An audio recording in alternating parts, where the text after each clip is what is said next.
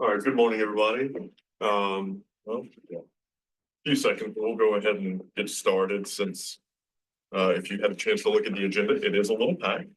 So I'll go ahead and call this meeting to order. This is the September 18th meeting of the ORP task force, rescheduled from last Wednesday when there were some other things going on. So Elizabeth, will you call the roll? Sure. Dr. Bryant?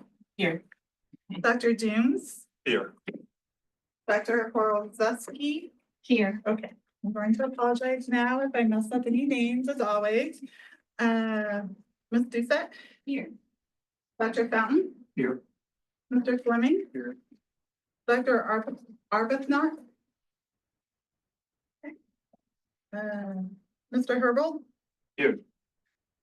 Mr. Roche? After finish. Yeah. All right. Dr. Young? Mr. Laudrier? Here. Dr. Singh? Yeah. Dr. Oder? I saw him. Yep. Ms. Baker? Here. Dr. Rusev? Here. And Mr. Robeson will be late, but here. Okay, we have a form. All right, thank you. All right, Elizabeth emailed everyone the minutes from the last meeting, so I will take a motion to approve those minutes. I move. All right, and a second? Second. All right, perfect. All right, now we will move on. So we have Keith Brainerd, who's the research director for the National Association of State Retirement Administrators, joining us. He's going to give a presentation on ORP plans across the southern states that was asked for by the group. So Keith has been generous enough to give us some of his time to go through what he's found. You were sent the packet of information that he provided us. And so Keith, take it away. Thank you, Mr. Chairman, members of the task force. If we could move on to the next slide, please. Just a quick reminder before I go into these details of what a retirement plan is.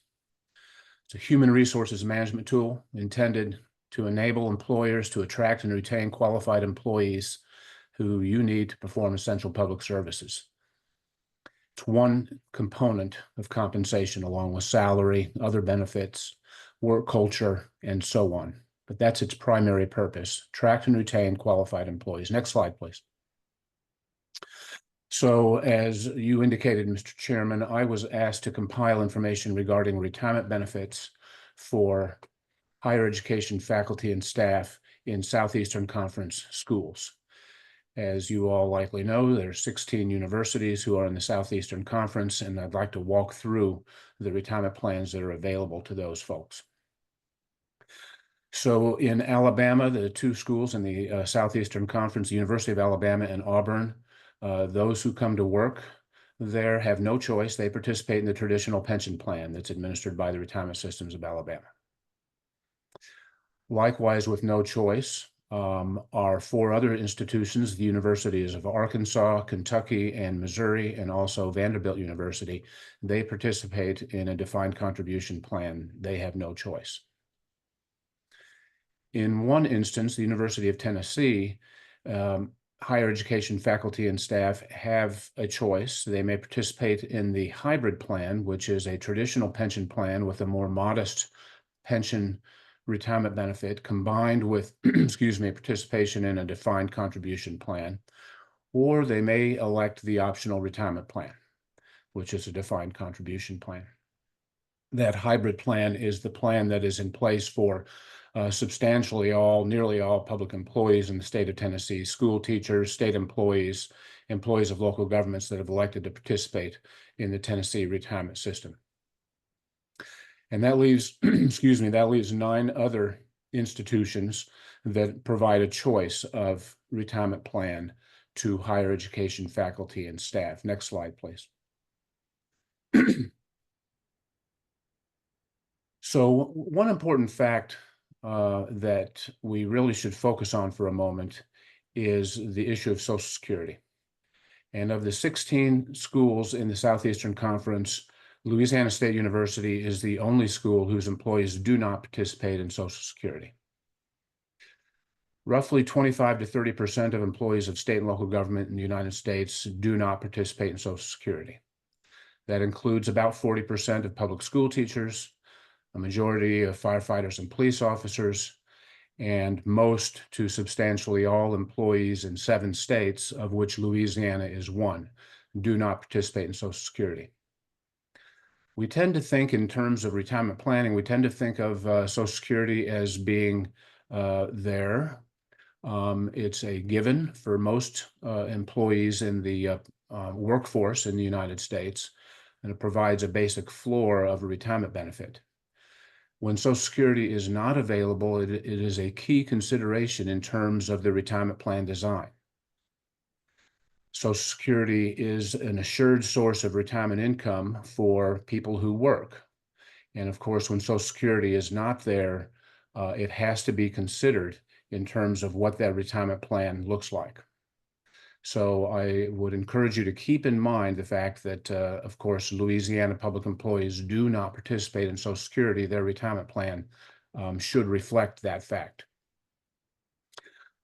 Contribution rates, the money that is going in to these optional retirement plan, or in the case of the defined contribution plans only, median midpoint employer contribution rates to these plans, 8.25%. They range from 3% to 15% and change. And all of this information should have been provided to you. I've got a brief handout aside from these slides. I provided this detail that members of the task force should have. Median midpoint employee contribution rates to these optional retirement plans or the mandatory defined contribution plans, 6.33%, ranging from 0 to 9%. Notably, there are 3 schools that permit plan participants to contribute more than the default rate. In 2 of those plans, employers match additional contributions that are made by the employee. Next slide, please.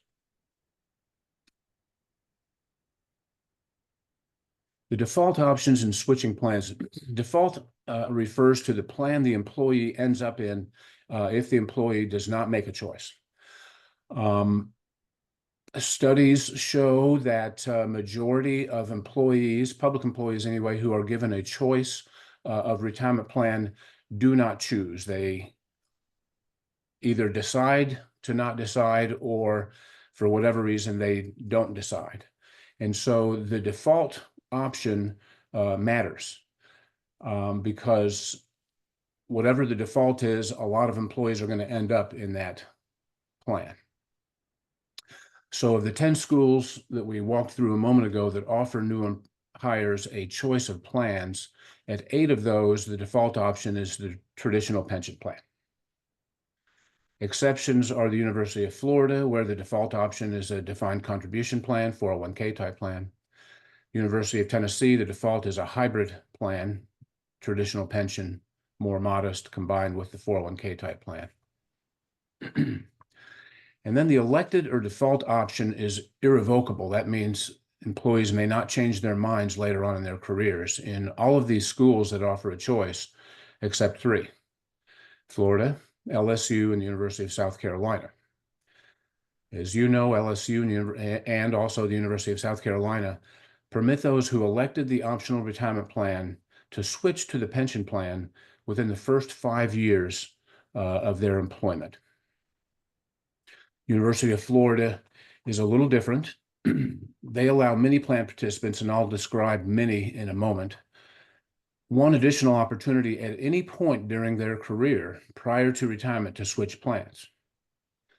So those who elected or defaulted to the investment plan, which is a defined contribution plan, they may incur a buy-in cost. That means that they will, if they want to switch to the traditional pension plan administered by the Florida State Retirement System, they have to use their assets in the defined contribution plan to buy service in that traditional pension plan. Next slide, please. And I want to talk about Florida for another moment, because Florida is unusual here in a couple of respects. New hires at the University of Florida have an additional option.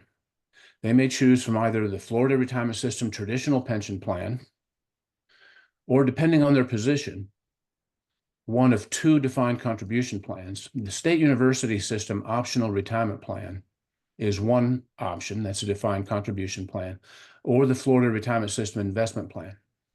And there's a notation there, College of Medicine faculty are required to participate in the State University optional retirement plan. So the SUSORP, if I could call it that, that came first. That started in 1984, and that is an optional retirement plan offered to basically faculty and professional staff at the University of Florida. And you can see the details on the employer contribution, employee contribution, and so on there. Those who are eligible have 90 days to make an election to participate in the SUSORP. And then all public employees in Florida whose employer participates in the Florida retirement system may elect from one of two plans administered by the Florida retirement system. One is the traditional pension plan, and this pertains to public school teachers in the state, state employees, and employees of local government that have elected to participate in the Florida retirement system. And they may choose from between the traditional pension plan and the defined contribution plan. As I mentioned a moment ago, Florida is very unusual in this regard in that employees who do not choose default into the defined contribution plan. And that pertains to higher education faculty and staff, as well as all of those other employee groups in Florida as well. Florida is also unusual in allowing employees, as I mentioned, an opportunity to switch their retirement plan up to the time of retirement. And they can switch either way. They can switch out of the DB plan into the defined contribution plan or vice versa, all the way up until their retirement date.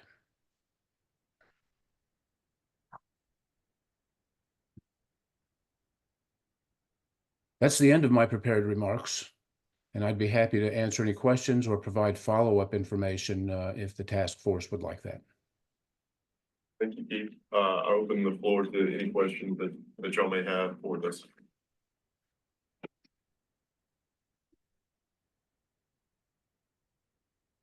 I ask again. So, thank you so much. I think it's very important that the issue of Social Security, the way like the Louisiana employees do not get it, is addressed adequately. So I was looking at some of the non-SEC universities, and especially those states where the Social Security benefits are not given. And it was very striking to me, but maybe like you can give me some more inputs. Like if I look at Nevada system, then the net contribution from the employer and employees is like 35%. For Ohio, the net contribution is 28%. I'm not sure about Maine system, but even Alaska is better than what the Louisianians get. So do you have any comments on, instead of comparing with SEC universities, where all others get Social Security benefits, if we try to compare LSU with those universities in states where the Social Security benefit is not there, what is the gap which LSU, or what is the gap which Louisiana should try to cover? Yeah, that's a great question. Thank you. I would caution first about those contribution rates because some of the contribution rates that I heard from you, I know are contribution rates that are made to the pension plan and not necessarily to the defined contribution plan. And of those that are made to the pension plan, some of those contributions may be in place to pay down an unfunded pension liability. So the real question, the real comparative metric there would be what contributions are going into the accounts of employees who elect the optional retirement plan who are participating in a defined contribution plan. And I would be happy to prepare that information for you. I don't have it right now, but I'd be happy to prepare that. For example, you mentioned Nevada. Nevada is like Louisiana in that substantially all public employees in Nevada do not participate in Social Security. And the figures that you cited there the contribution figures are figures that are contribution rates that are going from employees and employers into the Nevada PERS, the pension plan.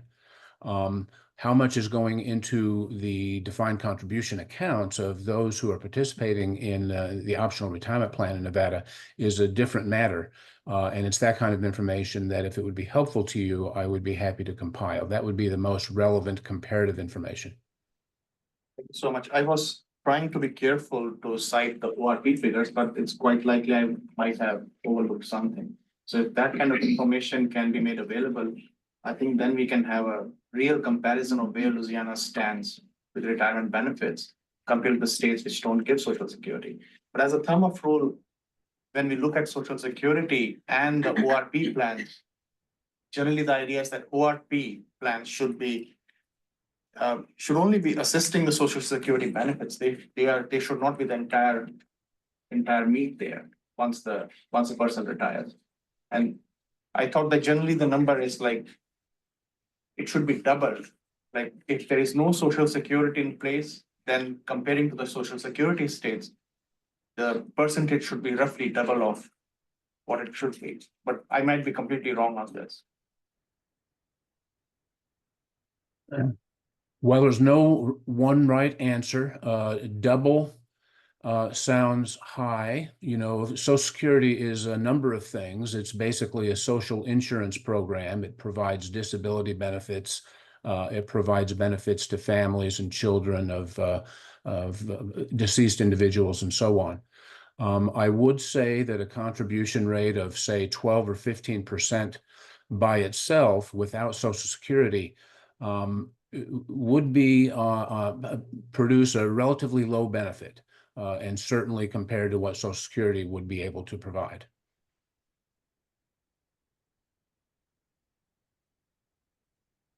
Yeah, I have a follow-up question on Dr. Singh's, and it may go a little bit afield of the research that you've already provided us. A comment: when I did work in a couple of those states, it wasn't double, but it was substantially, it was at least 1.5. Are you aware of talk in the other states where Social Security is not being provided about the Social Security Fairness Act, which I've been hearing about more in the news lately, and the possibility of ending the government pension offset? So that, will that factor into what we need to think about going forward? Well, I would say that all non-Social Security states, such as Louisiana, and all states that have a significant number of employees who are not participating in Social Security, do regularly discuss the issues of the government pension offset and the windfall elimination provision. They also discuss the possibility, or the possibility is out there, with regard to Social Security, broader Social Security reform, and the possibility that all non-Social Security participating employees may be brought into Social Security sooner or later. As you all may be aware, right now, the latest projection for Social Security is that it will become insolvent, which means that it will not be able to pay all of its promised benefits in roughly 10 years, around 2034. The general political consensus in Washington is that at some point, probably closer to 2034 than 2024, that the federal government, the Congress, and the president will arrive at some consensus on broad reform that restores the solvency of Social Security, and that likely may include closing the loophole, if you could call it that, or the exemption for public employees to not participate in Social Security, which means bringing in groups of employees who do not participate in Social Security. And so, yes, that's definitely an issue. One other thought, which is that there's a lot of talk and a lot of concern about the GPO and WEP. A majority of members of Congress have signed legislation asking for either the repeal or the reform of GPO and WEP. But the political consensus appears to be that even though significant percentages of members of both the House and Senate support in concept the elimination or the significant reform of GPO and WEP, that is not likely to happen without broader Social Security reform. Thank you.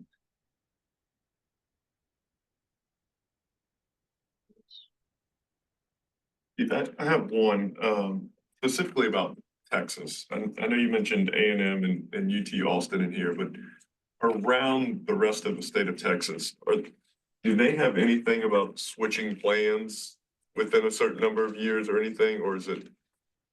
And like kind of like what our legislature just passed, and that's a broad question just for really the whole state of Texas.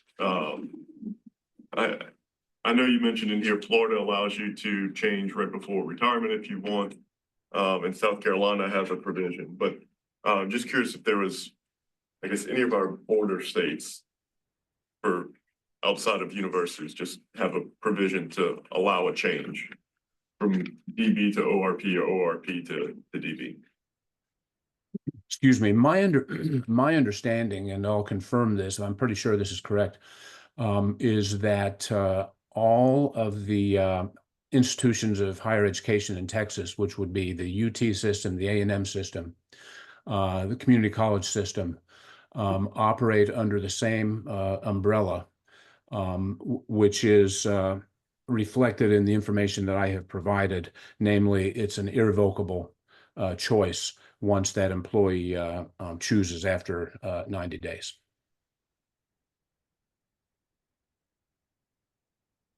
Is that responsive to your question? Yes, very much. Anybody else? I have a Oh, question. yeah, go for it. This may be off topic on a way. In your research of comparing all the different universities and the different types of institutions across the different states, did any of them in the formulas treat higher education different? Because we're a completely different animal than K through 12 or state employees. As far as say base salary, a higher ed, we often yearly have additional income. We have grant funding, we have overloads, we have summer salaries. And did you come across anything that would take those? Would be more in a contribution. I'm thinking of a pension plan sort where they take their highest years. Any of that kind of conversation where higher ed's been treated differently than other types of state employees? I want to be sure I'm understanding your question, and that is, am I aware of instances in other states where the university faculty and staff have retirement benefits that are different or treated differently than those of other public employees in the state? Correct, in the sense of total salary earned over the year. For instance, most of us have a base salary of 9 months paid over 10 months. But we make a lot of additional monies, grant fundings, summer salaries, and additional overloads, additional income. So the end of the year, your paychecks are different than what is actually looking at on paper for your base salary. But from my understanding, we are still being, if you went the pension plan and you went your highest year, flanked by 5 years kind of average, we don't get credit for those additional. Is that accurate? Or did you find any other institutions or states that treated higher ed differently than K through 12 and other state employees? Didn't look at that. Based on my background and knowledge, I would say that generally the same rules of how compensation is defined apply uniformly for all employee groups. That said, there are a handful of states that have a pension plan that is designed and administered separately for higher education faculty and staff, such as, for example, the University of California retirement plan, and there are some others. In those instances, they may make special accommodations for compensation for those employees, higher education faculty and staff. But generally, my observation is that higher ed faculty and staff operate under the same compensation counting rules, if I could call it that, as other public employees. Okay, thank you. Yes. I have one more quick follow-up, sorry, on that question. We're unique, and maybe some of the other states in your study have this challenge as well. although we are state employees, we're in one of the two areas of the state budget that are unprotected. The rest of the state budget is protected, so in a good year, it doesn't matter. But in an economic downturn, the economic downturn almost exclusively hits higher education and healthcare in this state. And of course, that affects many things, but it affects salary increases and in some cases, salary cuts. So that kind of affects our retirement contributions as well. Are any of the other states that you were looking at in the study, do they face the same kind of challenge? Yeah, for sure. There are many states in which all or significantly all state agencies or budget components, including education, including higher education, are very much subject to the budget process and the fiscal condition of the state.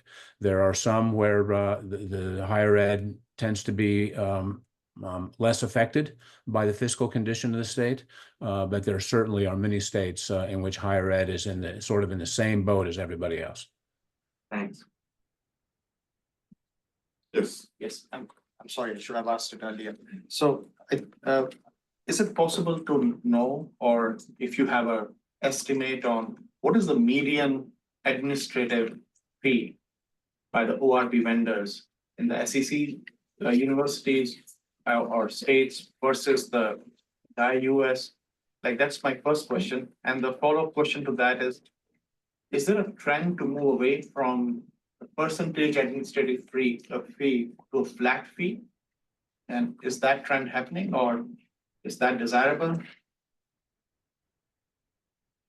I've not looked at that closely. Incidentally, I have seen that Louisiana's administrative cost or fee for administering the optional retirement plan is typical. I believe it's 5 basis points. I don't know of any changes around the country or trends in the cost of that administrative fee. I have seen a few examples, I think fewer than a percentage based. I have seen a few examples of a dollar-based fee rather than a percentage base. But I've not seen anything about Louisiana's that suggests that it's meaningfully different, higher or lower than other states. I'd just like to follow up, because like for TIA, we have 0.07%, OIA charges 0.2%, and Corbridge charges 0.42%, which is much higher than the average of 5 basis points. Okay, I was thinking of the 5 basis points that goes to the teacher retirement system in Louisiana.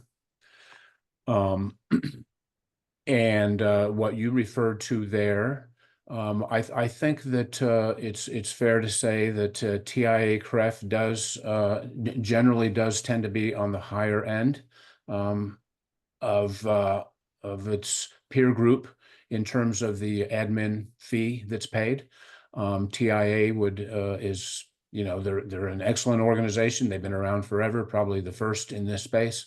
And I think they would tell you that they're providing a higher level of service than their competitors. And I suspect that the fees that you identified for the others, Voya and Corbridge, are likely more typical of those that are paid by to these third-party administrators.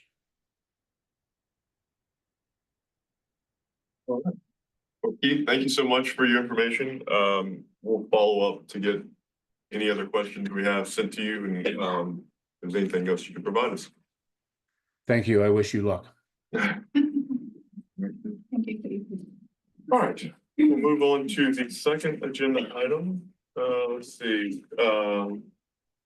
Kenny Herbal will provide a presentation on the contribution calculation, cost changes, and ORP pros and cons. So, Kenny, floor is yours.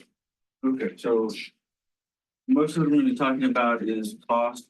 So contribution calculation, cost for moving from ORP to the DB. That's the type of stuff that I write about when there is legislation that's going to be affecting the retirement plans that where these things are produced. So my role is going to be to price this, the legislation and provide any types of risks that the legislators might want to consider, right, for when they're looking for legislation. So I'll talk a little bit about that. The first two slides here are really basic differences between generic DB versus BC. I won't spend a lot of time here. Obviously, most of you are relatively familiar. Just from a basic perspective, DB is benefits, right, are defined. DC is the contributions are going to be defined. That's just a broad overview. There's a guaranteed benefit under a DB plan, not so much under a defined contribution plan. And contribution wise, most of the time, contributions are fixed for DC plans and actually determined for defined benefit. Obviously, with the shared URL portions, that's a little bit different for the employer side, not necessarily for the employee, right? So the money that's going into the account is a fixed amount, and that's really where the key difference is. So if we go to the next slide, please. Here, DC plans obviously are more portable. You get to take the whole thing with you. In Louisiana specifically, it's only member contributions if you're in the DB and you choose to take those out and leave before you're vested, that kind of thing. Of course, on the DC side, it's you don't get to take the employer contributions if you leave before you're vested, but you do get to take your investment earnings on your own contributions, and so you still get an additional benefit. The risks are going to be higher for an employee on the DC plan, but also the upside potential is also higher, and I think that's kind of an important distinction, right? And that's one reason why people might choose to go to DC over DB. On the DB side, if investments do really well, the participants are not really going to get a benefit of that, except for potentially, cost of living adjustments down the road. So that's those, but the taxpayers, employers are going to take a hit when investments do poorly, when people live longer than expected, those kinds of things. Those are the biggest differences. So in the next slide, this is a kind of a generic overview of cash flows for all retirement systems, DC plans and DB plans. There's one, revenues, money coming in, contributions, obviously, and then whatever investment income we can earn on those. And then the money going out, those are the benefits that you're going to receive. And again, this is just very generic, applicable to both DC and DB. The next slide, I want to move into what our actuarial evaluation process is. So this is what we're doing as actuaries when we're performing evaluation. We take that graphic, we take that formula and basically flip it backwards. Our goal and what we're doing is we're calculating the expected benefits for all participants in the retirement system. So we're projecting how long you're going to work, how much you're going to make when you retire, how long you're going to live after that. And we project a cash flow for however many years that is, right? So for a 25-year-old that just started, we could be looking at, 40-year career or longer, and then living another 40 or 50 years. So we're looking at 100, up to 100 years pretty easily for one of your participants. Once we do that, we look at the assets and we say, okay, this is how much you have on hand right now. This is how they're being invested. How much of these benefits over the next 100 years can we pay for using the investment income? Whatever doesn't get paid from the investment income has to come from contributions. And we take into account, investment income on future contributions and all that type of stuff. It's very basic, but the end result is contributions that are required to be paid are what falls out at the end of the day. It falls out of our formula. We can move on to the next slide. So I apologize. There's a little bit of technical difficulty, and this is not the graph that we're supposed to be seeing. What should be shown is only that solid bar in the very center. So in this particular graph, let's just worry about totals. We'll get this fixed for the final PDF that's presented. But what I want to show here, right, is simply the totals of these bars. So, like I said, we are projecting benefits for all of the individuals. This is showing one individual with an expected 20-year career. If we were to have the money on hand in order to fund that benefit at any point in time, this total amount that we're showing here is what we would need, right? So the goal is at year 20, when this person retires, we have a set dollar amount that it will pay for that benefit for the rest of their career. If we wanted to, we could fund that when they walk in the door at time zero. That's still the same thing. That's the total amount that we're showing here at time zero. And we're not going to do that because that's a whole lot of money to put down for somebody that may or may not stay. And obviously that's going to cost the employer a whole lot if we were to fund it from day one. So what we are going to do, we'll go to the next slide. Again, this one's got some issues, but maybe it's a little easier to see. Is we're going to come up with a contribution, an annual contribution that we put in every single year that accumulates to get us to that point at year 20.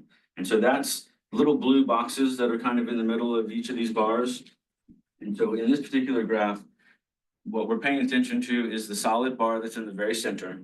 And then on the right side, yeah, that's one we care about. Both of them, it's just different ways to calculate the same thing. But on the right side, right, we can see that little blue box at the very top of the bars, or in the middle of the bar, kind of going all the way up.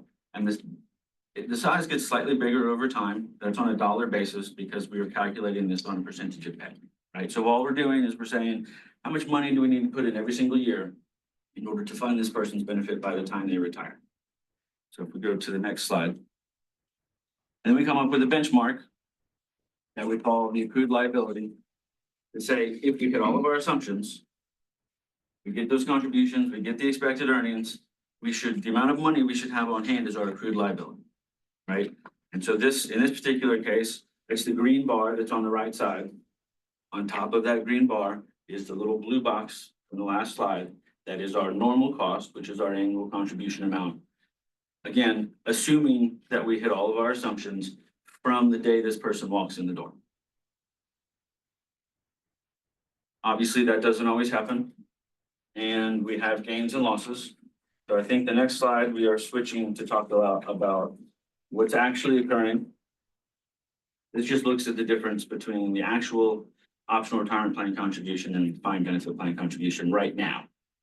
So ORP minimum contribution for the employer is 6.2% that goes into the account. It could potentially be higher, but the statutory minimum is 6.2. You can ignore all the text on the right side. Those are just additional details that I want to make sure we're included so we're not misleading anybody who looks at this later. It has some additional information in it, but it's not really important for this presentation. Second line is the defined benefit normal cost. So again, this is the annual contribution to fund your benefit, and this is specifically for higher ed. This isn't the total TRSL normal cost. So it's approximately 3.1% based on current population and our current assumptions. And so that should be all it takes, assuming, again, this is all dependent upon our assumptions being correct. And over time, for a large group of people, we generally do pretty well, but we'll talk a little bit more about how maybe we've missed the mark in the past. Admin expense rate, you can see it's 0 for ORP at the moment. That's because up until this year, it was borne by the employer, the employee. And again, as Keith mentioned, it's 5 basis points, so 0.05% of pay. Going forward, that's going to be shared between the employer and the employee. But this is calculated prior to the law change that occurred this year. It was approximately 0.38% of pay for the DB plan. It changes a little bit from year to year, but not a whole lot. I'm going to skip the UAL line for a minute, the AFC rate. So the normal cost is really just the traditional defined benefit plan. It doesn't take into account any potential increases in the future. But we now have this new side fund that is being funded for potential future COLAs. And so that's what that 1.5% is. Doesn't apply to the ORP, and it makes sense that it wouldn't apply to the ORP because it's specifically to fund future increases in defined benefit, or the defined benefit. Employee contributions at the very bottom, both are 8%. Again, the ORP shares a little bit of the admin expense from the employee contribution.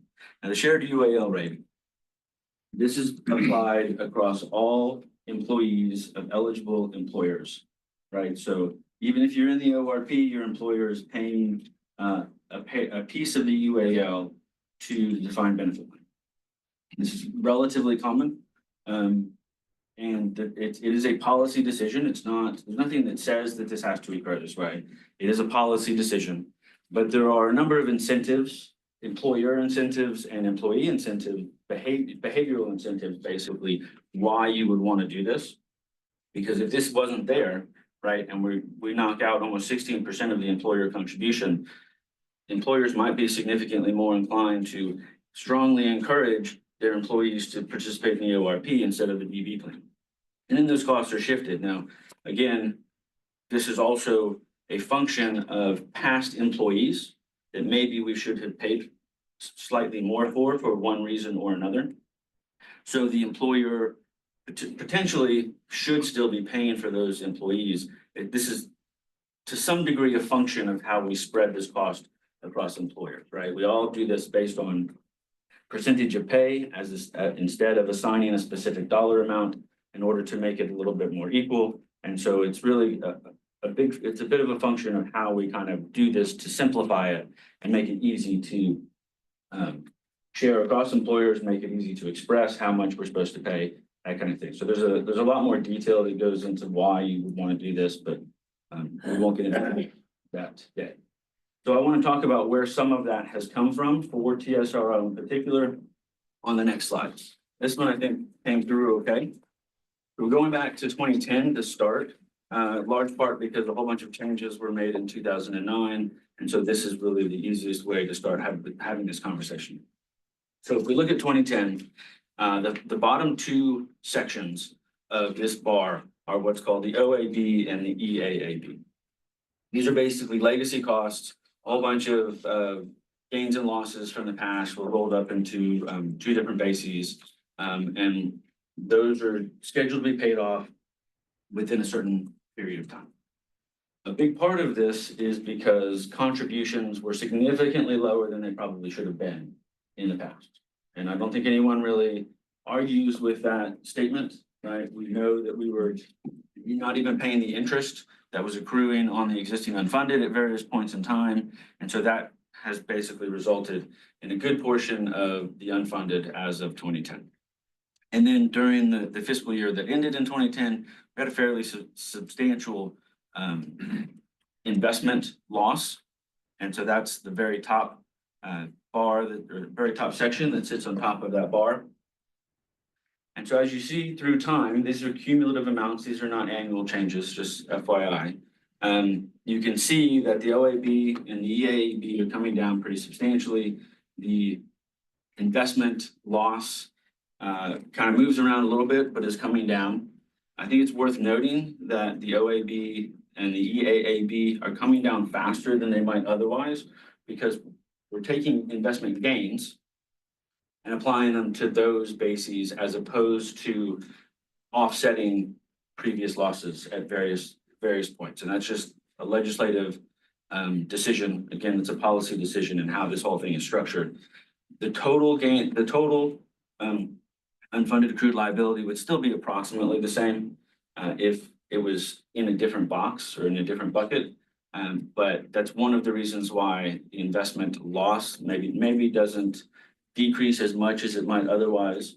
And so that makes it look like we've had more investment losses than we have over time if without this particular caveat. So that's why I want to make it a point. And then the very top box on top of these bars are assumption and method changes.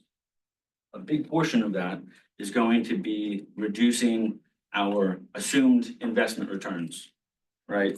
So that's basically, we went from assuming the investments were going to earn 8% to earning 7.25%. And so now what that means, like I said earlier, you either pay for your benefits via investment income or you pay via contributions. So now we are assuming we're not going to be able to pay quite as much of our benefits from our investment income. So we basically established this additional piece that says, oops, maybe we should have been a little bit more conservative on our investment assumption in the beginning, or maybe there's some changes in what we expect to occur in the future. And so now we need to take that into account. And so we have an increase in our contribution because of that. So that's essentially, right, over time. It's probably worth pointing out as well, that light blue box at the very bottom, those are liability gains. So what that means is that the assumptions we made about the plan population and and participant behavior, retirement pay, termination, all that stuff, we were actually a little bit conservative in the past, which is a good thing. We were a little bit conservative, not too conservative. I mean, those gains aren't significant for a plan this size. And so we were pretty accurate, but on the slightly conservative side in order to, and so that's actually a reasonably good thing. Kind of helps offset some of those losses that have occurred for others. So that's basically how the structure of the contribution, where the structure of the contribution comes from. Again, a lot of this UAL is about past things that have occurred in the past, which is why one of the reasons why it makes sense to have it shared across all employee pay as opposed to strictly those participating in the defined benefit plan. And so, it's worth keeping that in mind as we go. So I'll switch from that to trying to talk about what the costs are for participants who move from the ORP to the DB. And so basically, I'm going to talk about costs and risks to the defined benefit plan. This is just a very simple graphic that says the more options that exist, the more expensive it's going to cost, right? If you just have new employees who are going into the DB plan, it's not as much. It's basically like new employees in K through 12 or whatever. But as you come down this picture, we're adding additional optionality, right? You've got existing employees who can do it, but you're not granting prior service. You've got existing employees, they've got limited time in which they can do it. Maybe you do grant prior service, or you just let someone who's about to retire come over to the DB plan and basically buy an annuity from the retirement system instead of going out on the open market. And I will talk, there's basically two primary reasons why this exists and why this occurs. So we'll talk about both of them if we go to the next slide. The first one I call normal cost creep. The idea here is that the older someone comes into the retirement system, the more expensive it is, so the higher the required normal cost. The reason, even though those individuals may get a lower benefit, right? So their present value future benefits is smaller, their total benefit is smaller. The reason is because you don't have the benefit of time. You don't have the benefit of compounding. And so you have a shorter period over which to fund it. And we'll go into a little bit more. I got some slides to kind of show some of that. The other one is basically anti-selection. We use very general assumptions across the retirement system, and it works when people don't have a choice in what they're doing. If everybody's required to be in the defined benefit plan, and we're looking at tens of thousands of people, then our assumptions are going to be pretty good.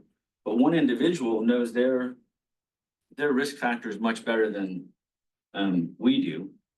They know if they're likely to live longer than we think they are. We know if they're in better health or worse health, maybe.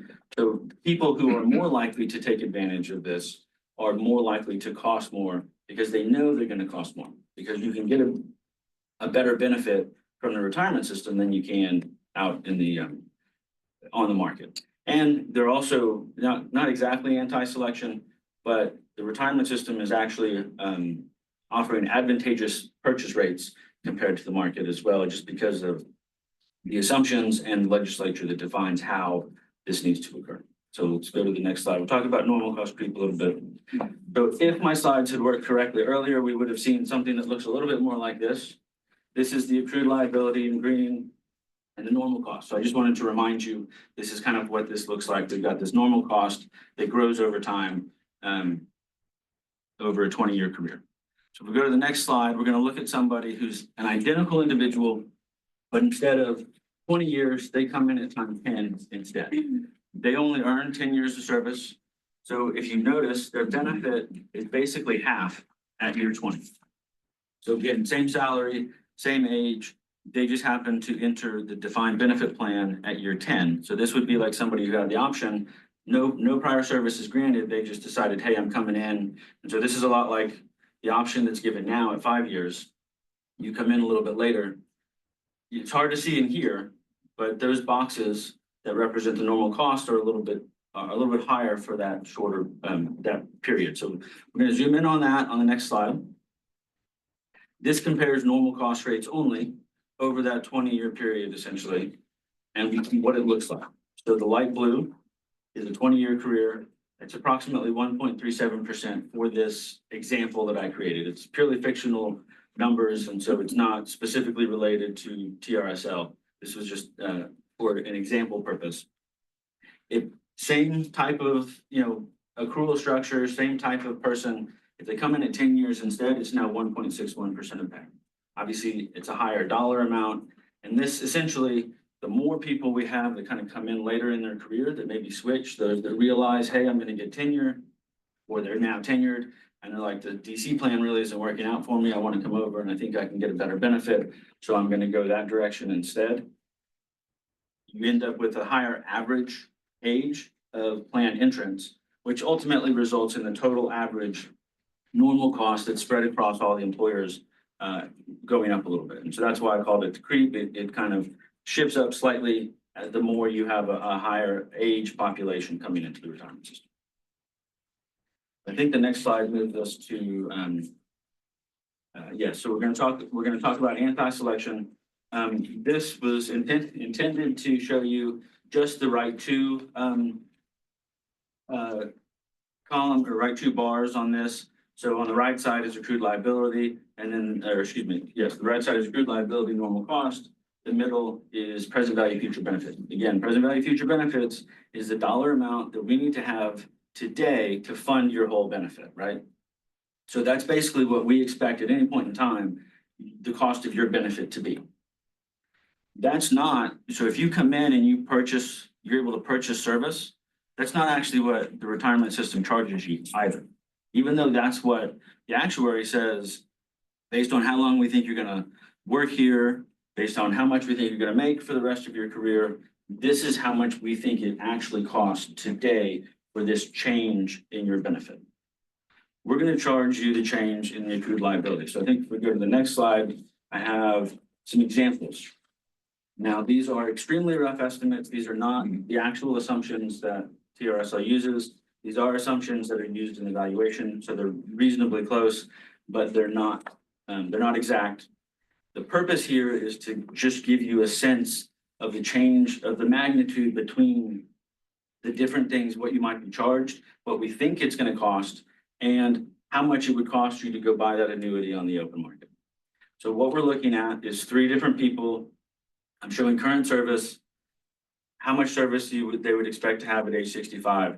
All of them have $60,000 salaries today, essentially. And this is how much if they were given the opportunity to buy 3 additional years, right? So this isn't an exact thing that you may or may not be able to do this. The whole point here is to kind of illustrate why it's advantageous for an individual and risky for the retirement system to allow people to purchase service or to bring over large sums of money from an ORP system, particularly the closer you are to retirement. So simply increasing your service by 3 years, you can see that, for a 35-year-old, you expect to increase your benefit. This is your monthly benefit by almost $1,000. The accrued liability increase, so the amount we're going to charge you, $1,000. That would cost you $45,000, $46,000 to go buy now on the open market. And then again, this is an estimate. You can see the annuity calculator that I use there to calculate that number. You can't do that. Like you can't go out to Charles Schwab or anybody and buy a $1,000 monthly annuity, even if it's deferred to age 65 for $1,000. The retirement system potentially allows you to do something like that. And it's similar examples, maybe not quite as extreme as you move along the ages, but so the purpose here is this is what happens. This is why there is a potential cost and a potential risk to the retirement system, is because if I want to go buy a $1,000 annuity and they tell me it's going to cost me $45,000, or you tell me it's going to cost $1,000, I think it's a pretty simple choice on how you're going to do that. And so what's likely to happen is the only individuals who are not going to make this choice if they're looking at it from this perspective and they're looking for guaranteed income, are people who, know that they're not likely to live for very long, who know that they're, whatever they're being offered on the open market doesn't make a whole lot of sense because they're not gonna utilize that annuity anyway. So there's and obviously there's a whole lot of people out there who aren't looking at it like an actuary would, who aren't looking at it from this general perspective. But there's gonna be enough people who are gonna see something like this and be like, absolutely, I know I can take the money out of my ORP, go get myself a guaranteed income on the market, or I can go talk to TRSL and buy it from them instead. So there's a lot of risk when we give them, and the closer you are to retirement, the more likely you are able to do this comparison and I'm gonna retire tomorrow, and so I can take my money over there, the more likely you are to potentially do something like that. So there's a lot of risk to the retirement system. And this is really where the cost comes from. Is that the people who are gonna do that are gonna have better better life expectancy than the general population. We don't have time to fund it. It's just so this is where when I'm writing about the potential cost, this is where a lot of that is going to be. I apologize. I know I talked kind of fast. I'm trying to get through a lot of information quickly, but I'm happy to elaborate on anything or answer any questions. Can I ask a question right off what you just said? Because I'm over here listening. If you don't mind, I'm gonna pass this to you. That's the employees for Southeastern currently. You can see I got it from HR, so the staff and the faculty in the years. When you say there's potential risk to the institutions for those that switch over, are we talking about obviously the state, the funding, the pot of the monies is at risk for not being substantial enough for somebody like me who might want to see that money in 20 years? Is that what you're talking about when you say there's a potential risk? There's a risk to the retirement system. Correct. That it's going to cost more than our assumptions are saying. And so that's where the biggest risk comes from. So the difference between the present value future benefits, the increase in present value future benefits and the increase in accrued liability actually shows you the expectation. So we already think that the cost to the retirement system is the present value of future benefits. And we're not even charging that amount of money, right? So it's a little bit backwards where you're bringing $100,000 over instead of buying 3 years of service particularly, but that $100,000 is going to buy you a much higher annuity in teachers' retirement system than it's going to buy you on the open market. And based on the way the law is currently structured, it's potentially going to buy you more of an annuity than we think, unless you're about to retire, and we can make that assumption. Now, again, I said those assumptions were not necessary, they weren't exact. The retirement system has the ability to use more conservative assumptions to some degree. Right. But they're not using the same assumptions that a private annuity, an insurance company that's selling annuities is using. We're using 7.25% as the discount rate most of the time. They may be lowering that a little bit, but it's not going to be a whole lot. Private companies are using, right now they're using 3% or 4%, but just a couple of years ago, they're probably using 1 or 2% as their discount rate, which has a huge impact on the value that you're getting. And so it's the likelihood of the cost being higher than what is being charged is pretty high. And so that's where this risk comes in. So that basically gets then spread around on one individual. I mean, what's $45,000 on a multi-billion-dollar plan? Right. But once that population grows, I don't know, there's, Like you can see in that pot, 4,500 at least people in the ORP, right? you can see in that pot right there, those that are hitting that 15, 20 years faculty, that's 1/3 of our employees are in the ORP. For that work, many of them are talking about jumping. That's a high number to say 1/3 of those on campus would jump, but they're talking jumping. So, and I mean jumping like going to, to fun. So that's what I'm saying when you start talking about risk to the retirement, pots, as you will. Those of us have been around a long time, this is my 19th year in the university. we have remembered when we talked about, would it be still around in 30 years? So that's, Well, and that was, I apologize. So that was a question last meeting, right, was about, the guarantee of the defined benefit plan, the risk of the defined benefit plan. These benefits are constitutionally guaranteed. The state in the Constitution says these plans must be funded. The benefits can't be reduced. What that means is not 100% clear. In some states, it is absolutely guaranteed. The benefit that you get when you walk in the door. In Illinois, the benefit that you walk in the door is the benefit that you absolutely get. In other states, you can change the benefits on a prospective basis. Very rarely are you ever going to be able to change the benefits that you've already accrued, at least on a dollar amount. That's on a federal level. For private employers, it's basically you can't change the dollar amount that has been accrued, and a lot of those benefits, the optionality around how you receive that benefit. In Louisiana, my understanding is the current opinion is that you can't change the accrual. It's a lot like Illinois. You can't make changes to future benefits and the amount that you're earning going forward. So you're going to get that.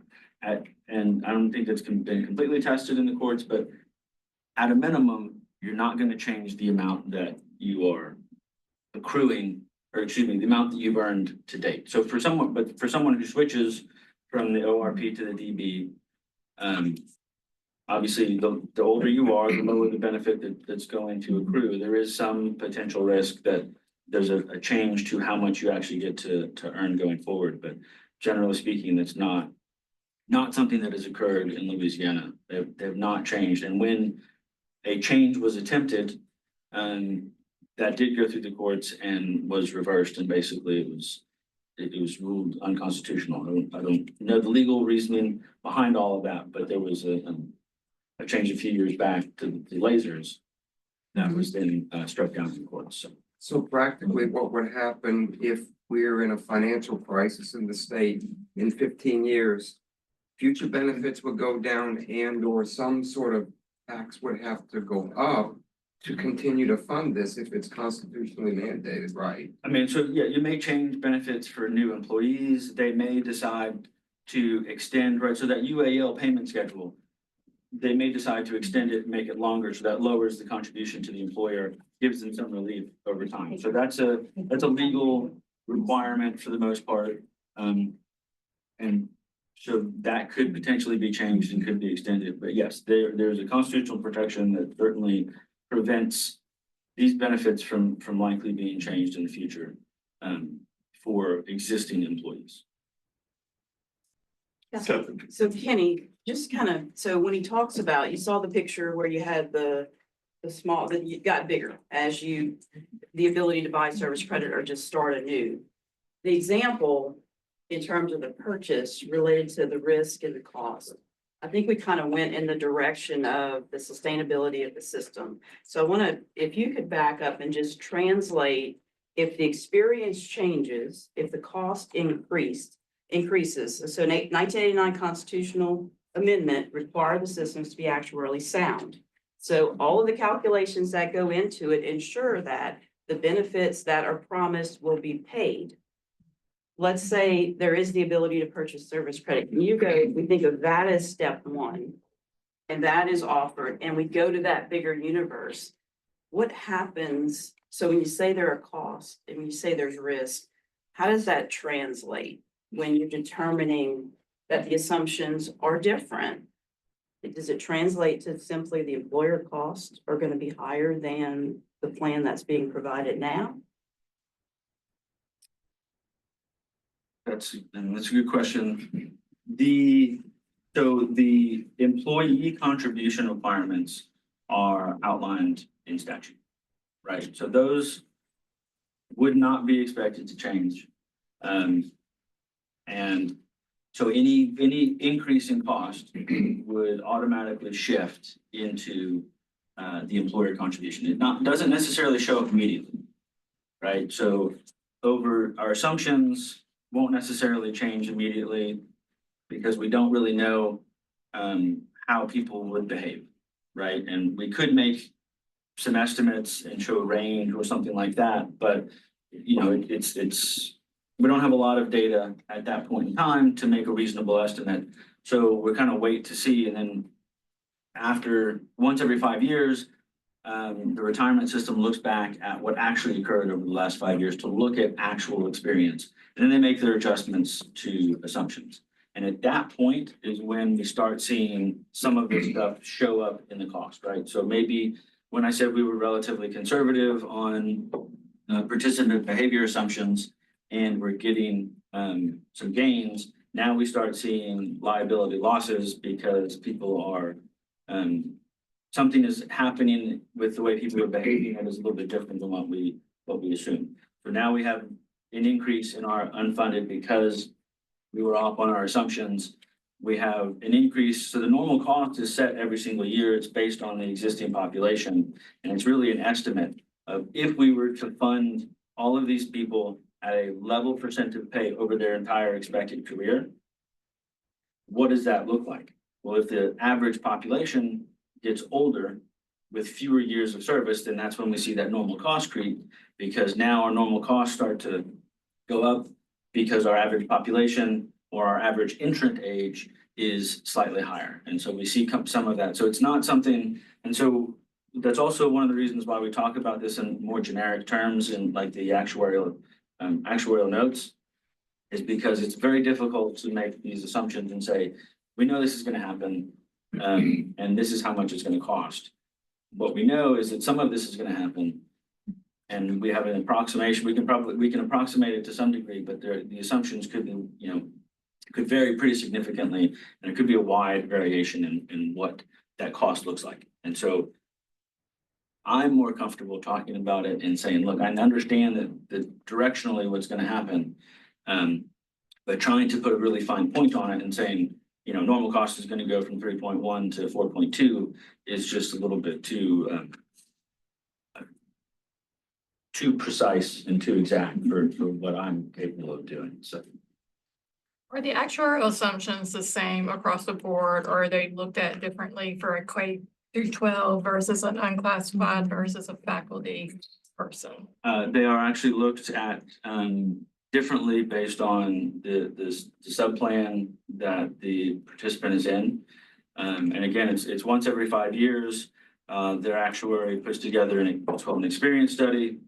It's something that we look at as well. The legislative auditor kind of reviews the process that they make. And their actuary and I actually had a conversation recently because I learned in the last meeting that tenure occurs at 7 years. Well, that level of breakdown hasn't actually occurred for higher ed. We're generally looking at, so termination rates, what happens up to 5 years, and then we treat everybody over 5 years the same. So now we know that maybe there's a break point again at 7 years that we might dig in a little bit deeper to the data in the next experience study and say, okay, well, maybe we need to make some changes to the expected termination rates or the expected retirement rates and look based on, that type of additional data. So yes, we are looking at it in more detail. It's not everybody in the retirement system, we're treating them all the same. We're looking at classification of employee and the type of job you've got, and splitting that up in order to make the assumptions. Our tenure comes up at 6, not 7. 6, okay, that's right, because someone offered up 7 as. Well, the 7th year might be where the decision would be made. Once you know you have tenure, then you might want to make a different choice if the choice is available. Yeah, and they also know at 3.5, if there's no way in heck they're gonna get tenure, and they booting it. Yeah. They looking for other pastures. Anyone else? Any other questions? I think it would be helpful to be able to see a chart at least, or a fact of the population that's under teachers and how many are ORP versus defined benefit. I mean, just per month. Okay, I have one question on the purchase part of it. Is there any scenario where the retirement system can break even? So at retirement, right, someone is eligible for retirement. Their, my understanding, is the assumptions that are used is that that person will retire immediately. And so the amount that is going to be charged is going to be essentially the same as the present value of future benefits. But the assumptions are still more advantageous to the employee when compared to a private purchase, right? And so the retirement system presumably is breaking even if someone is doing this exactly at retirement. But again, the population that's going to make that choice is going to be someone who's more likely, who feels that they are more likely to be around longer because those are the individuals who are going to purchase annuities. If you have a pot of money and you expect to have better longevity than what the retirement system is assuming, then you're in a better position to make that choice. But we're not gonna know that. We can't do medical exams like a private employer or the insurance company can. We're not doing any of that. And so we just have to use generic assumptions that apply across, a very broad population. So there's always anti-selection risk when you're giving people options. All right, I know we're a little behind, so I'm gonna move ahead. Catherine, if you want to go through administrative fees right I'll now. run through and this presentation gives you an overview of the ORP and the defined benefit plan, and I'm going to talk some about Act 109. I know we're a little bit pressed for time, so there may be some slides that I work through quicker than others. So we'll go to the first slide. We'll kick it off with the ORP. This just gives you general information. It of course is a defined contribution plan. There's a qualified plan or the Internal Revenue Code. A little bit of history that some of you may or may not have. It was passed in 1989 after a couple of attempts. It was at the request of the higher education community. It's been available, of course, since July 1st of 1990, 34 years. It's kind of hard to believe that it's been that long. And I think the intent behind it was to provide a vehicle that was more portable and that the higher ed community was a community that may move to other states, and this would provide them with a portable tool that they could use as they moved. And I'll address this on the last slide. It is a qualified replacement plan, and Keith Brainerd talked a little bit about that.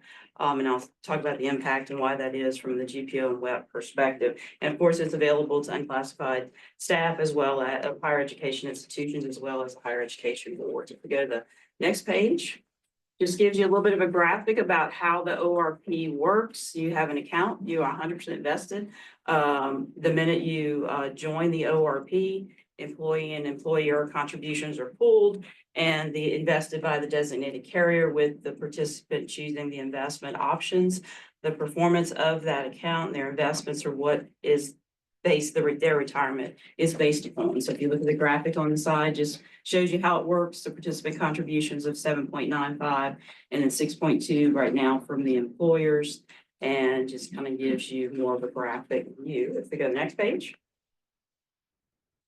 And then we have a provider here, but just to give you the basics, TRSL law requires the board to choose up to 3 providers. It has chosen the same 3 providers since the inception of the program. There's a contract in place between the providers and TRSL. Those contracts are typically 5 years, and the selection of the vendors, are typically performed by solicitation for proposals. Contract terms, just to kind of give you a sense, the carriers select the investment options, which must be best in class. They provide the customer service end of the investment structure and other advisory services. And then in their contract with us, they have to meet certain service standards. And if they do not, there's a penalty, which is refunded back to the participants. We go to the next slide. Okay, contributions. I'm going to break these down a little bit. As we've talked about, the employee contribution is 8% of salary. 0.05% is the TRSL administrative fee. And I'm going to break that down a little bit on the next slide. The employer contribution to the ORP account is 6.2% of pay. Historically, prior to 2014, that tracked the TRSL normal cost. And that comes about because when this vehicle was first started, it was started to such that it would look as closely as it possible from the employer side as the defined benefit plan did. So you see that started in 2014, some changes on the defined benefit side. The legislature anticipated that the normal cost would continue to decrease for the defined benefit plan, hence the change to make a transition to a minimum amount, which is now set and has been set since fiscal year 19 at 6.2%. Higher education boards do have the authority to raise that amount if they choose. If we go to the next slide. Breaks down other contributions, and Kenny's talked about this some, but I'll talk about the administrative fee. ORP participants pay 0.05%. That is transferred to TRSL. That is now based on Act 109, capped at 0.05%. Important to note, it is the only funding source that TRSL has to fund the administrative cost. Otherwise, all other funds of TRSL are the TRSL defined benefit funds. So based on state constitution, state law, and federal law, those funds can only be used for the exclusive purpose of managing the defined benefit plan and paying benefits. So that is the reason why, and it's been in from the beginning of the law, there is an administrative cost that right now the employees bear. Examples of some of the expenses, consultants, we have a consultant that helps us oversee the optional retirement plan. We may have contract, federal compliant, tax compliance issues, investment platform management. They provide quarterly reports to the TRSL board. A portion of TRSL staff compensation. There are certain employees that deal entirely with ORP, or a portion of their job works with ORP. And as you know, as many of you are employers, where all of the contribution reports are flowing through us, the enrollments are flowing through us. There may be legal issues that come up. And then also another area is external legal fees. There are times there may be federal tax compliance issues, a number of issues. So the general administrative fees that you would see in any agency, those things come up. And that is what is used. That's what the administrative fee is used to from the TRSL side of things. I think the earlier questions was more about investment expense ratio for the providers. So I know they're going to talk later, so they may cover that. Just in general, that is something that we monitor, that our consultant reports out to us, and their average expense ratios are below their peer medians. So just so y'all know that. And there may be specific investments that differ, but on an average, they are below, and that's something that we do monitor. On the right side of this is a debt service payment, the shared UAL. And I know this question comes up a lot. The debt, the UAL, is a debt that the state of Louisiana owes to TRSL. State has chosen over many years now to pay that debt as a percentage of pay. The percentage of pay does not matter all of payroll is included. It doesn't matter which plan you're in, because it doesn't relate to that employee. And just going back to 1989, that's where it looked the same. That's where it was, this plan is going to be created, but it's not going to impact all of the things that are in place, the way in which the state is paying off the debt. And remember, when you think about timing, 1989 constitutional amendment, significant. Systems are actuarial funded. When I talk about the DB plan, I'll talk about the impact of all of the measures that the legislature has taken related to the defined benefit plan. Yeah, this new plan coming on board, this entire structure was in place. That's a big part of why it stayed the same in terms of all payrolls included, because the state had just put together a pretty significant plan to get its systems, its retirement systems in shape. So all employers on all of payroll pay that shared UAL. So you see those amounts. This current year we're in now is 15.9% of pay. We go to the next slide. And I'm going to run through in the interest of time. I just wanted to give you, these are the payment options for ORP balances when someone retires or leaves employment that are in state law. If we go to the next slide. It just kind of gives you a picture of ORP data. And this is a report, part of a report from our consultant. Gives you a sense of the number of participants, about 6,600. Total assets, the total plan is $3 billion now. And how the participants are split between providers. A couple of other things, average balance, average number of years in the plan. Okay, I'll go to the next slide. Okay, House, Act 109 of 2024, pretty significant change from the ORP, ORP law. As many of you who've been around a little while know that there have been different attempts to change the ORP election and give individuals the ability to leave the ORP, all of which have been unsuccessful. Some have been in different forms and fashions. Some have been much more costly, probably than Act 109, but this year it did pass. So the election to participate in the ORP, just to kind of give you that election, individuals, when they come into employment in an ORP eligible position, have 5 years to join the ORP. It's effectively, before you get to the 5 year, you default into the defined benefit plan. So when you're employed, you default into the defined benefit plan. Keith Brainerd made a comment earlier, I think it was Florida that he pulled up. I saw that they default into the DC plan. Louisiana, you default into the DB plan. And then you have the ability to make the election to go into the ORP within 60 days of employment. If you make it within the 60 days of employment, all of your employee and employer contributions that have been made in those 60 days transfer to your account. If you make it after the 60 days, but before the 5 year mark, only your employee contributions transfer. Prior to Act 109, this decision was irrevocable. And what Act 109 does, as you probably talked about, is it's eligible, allows eligible ORP participants to have a one-time window to transfer to the defined benefit plan and become a defined benefit plan member as a new member. So we call our 2015 plan. So the retirement eligibility there is 5 years at age 62. And there's no ability to purchase service credit in this law. And the window can be for those who have been in the plan. If we go to the next page, kind of gives you the windows. Those that have been in the plan, there's a specific date that measures it, but those that have been in the plan for 5 or more years have 1 year to make that decision. That election deadline is June 30th of 2025. Those that have been in the plan less than 5 years will have that, will get their 5 year window. New employees will have a 5 year window. So it mirrors the current, prior to the Act 109, it mirrors the ability where you can move to the ORP in 5 years. Now you can move back to the DB in the 5 year period of time. Any questions on ORP or Act 109? On this slide, I'm going to give y'all a little bit about the regular fund, the TRSL defined benefit.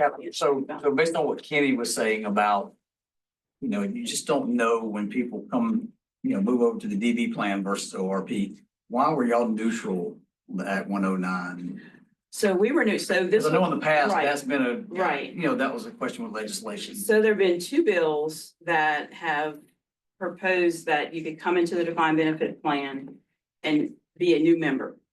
And those are the ones, and Kenny, you can correct me, those are the ones that are the least costly, because you're not bringing in old service credit. You're not having any anti-selection issues necessarily, not that it won't increase the cost. So our board took the position that is, and opposed, the board opposed any and all bills in the past that would allow that service credit because it ratcheted up those costs. So it's really a matter of, this was the least costly of the options. They were neutral in 2016. There was a bill in 2016 and we're neutral again this year. Where it becomes a concern is when you have a legislative instrument that would be a cost, because what happens, again, step one is you experience the cost.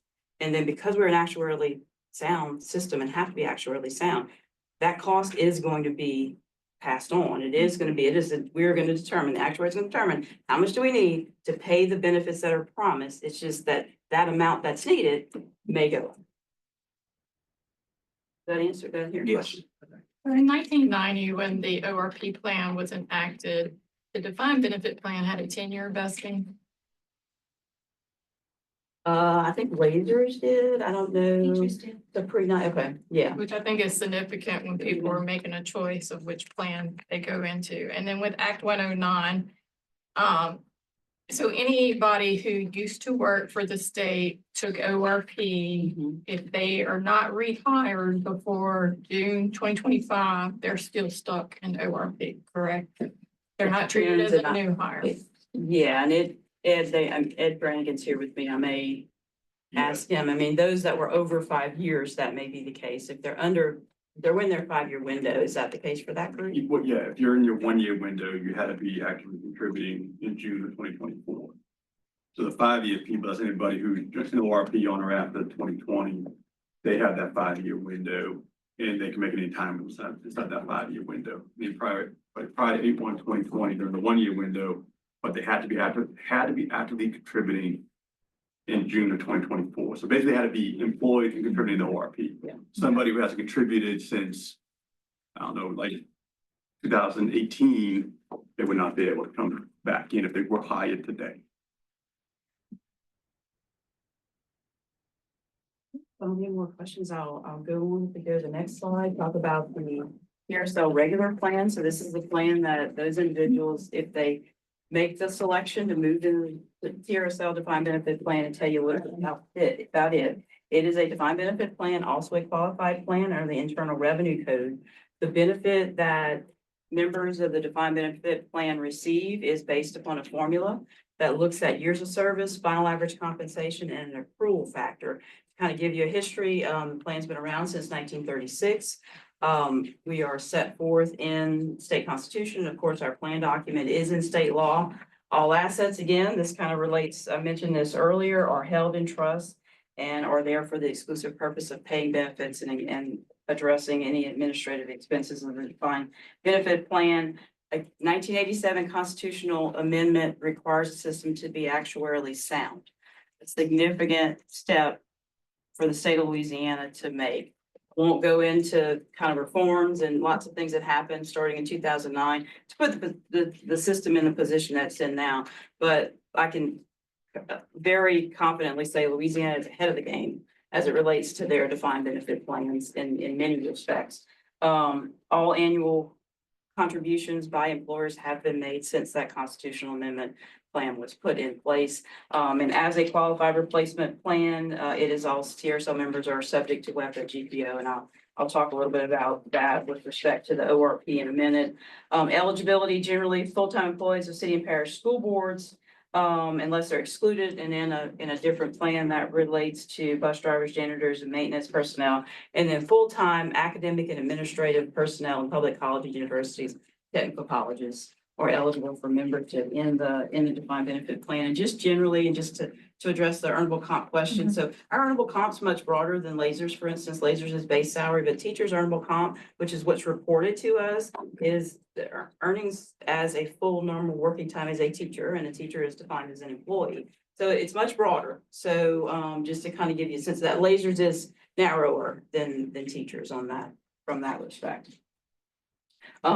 Just general from a system perspective, to give you a kind of a sense of the health of the system, it's 75.8% funded. We expect that to go up in the evaluation that's about to be completed. That is a jump from 55% funded in 2010 to give you kind of the impact, and that's notwithstanding some of those assumption changes that you saw the debt earlier related to that. That funding percentage will be over 80% right now, but for some of those changes. So to give you a sense of the health of the system. Next slide.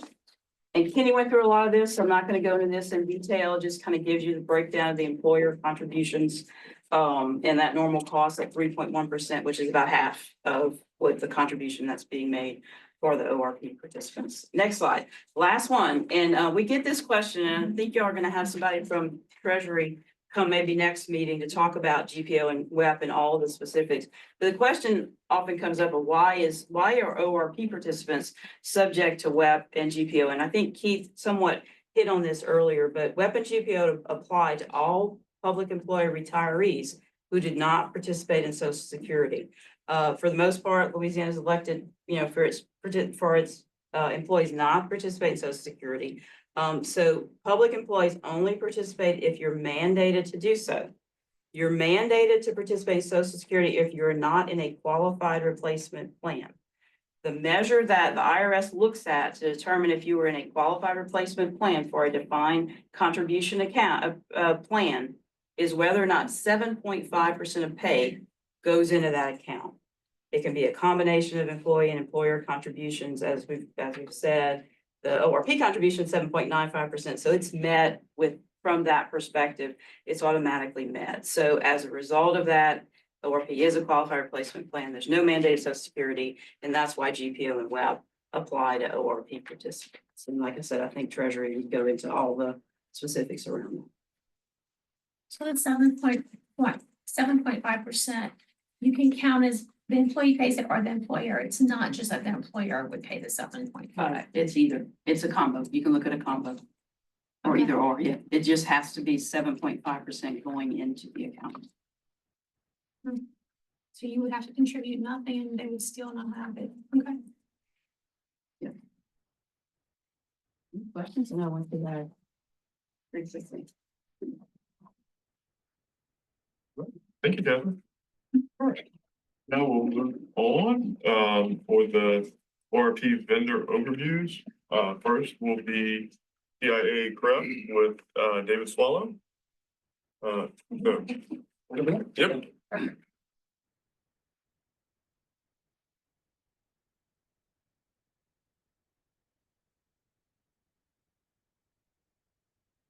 Morning, everyone. Really, I want to extend my thanks on behalf of TIA for the opportunity to be here, Mr. Chairman, and to the rest of the task force members.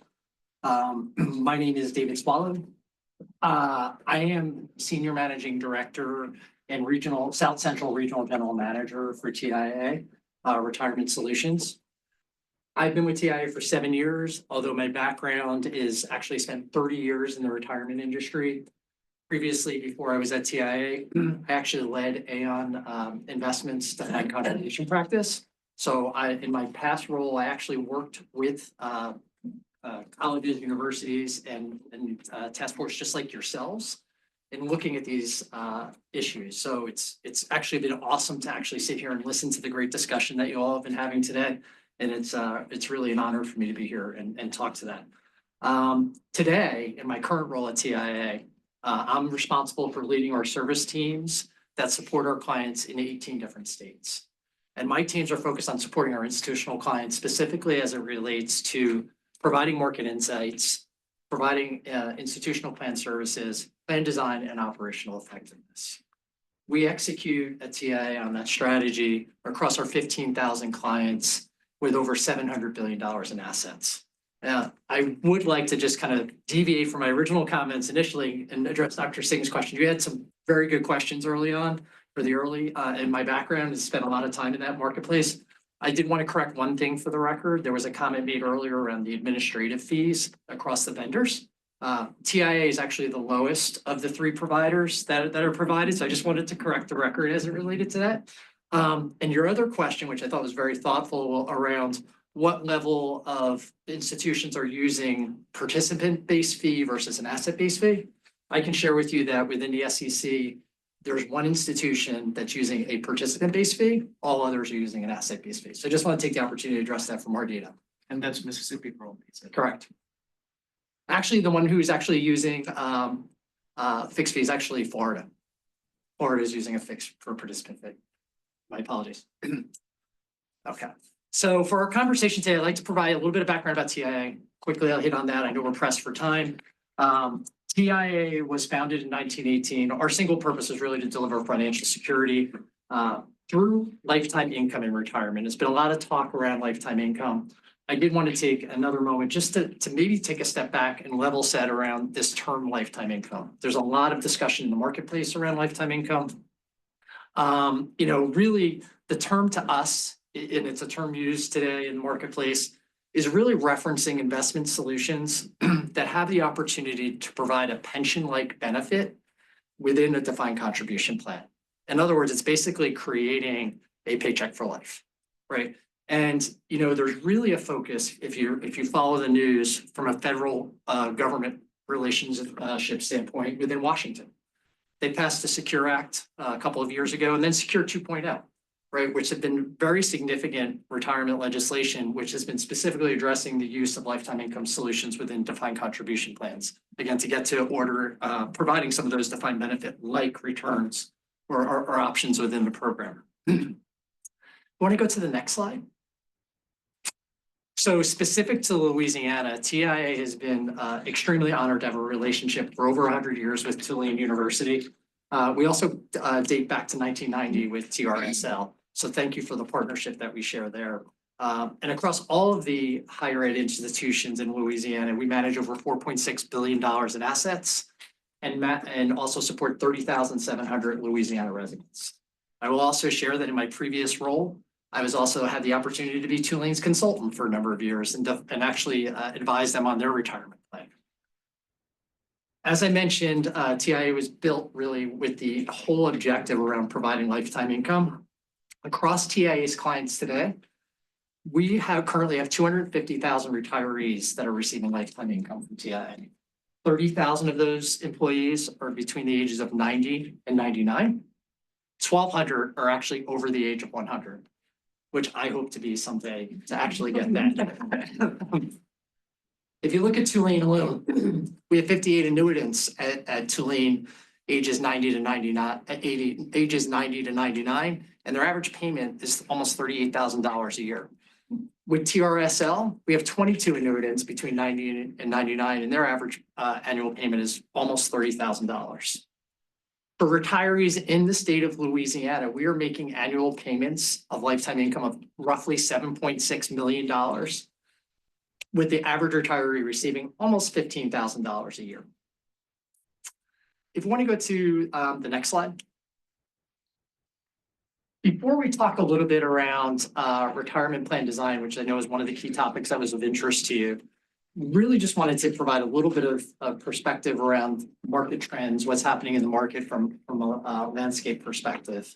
So as you can see here, more than 11,000 people turn 65 every day, which again, I think will continue to represent an issue from the retirement plan system standpoint. Roughly 52% of Americans 65 and older are living on less than $30,000 annually. And one in four is actually living on less than $15,000 a year.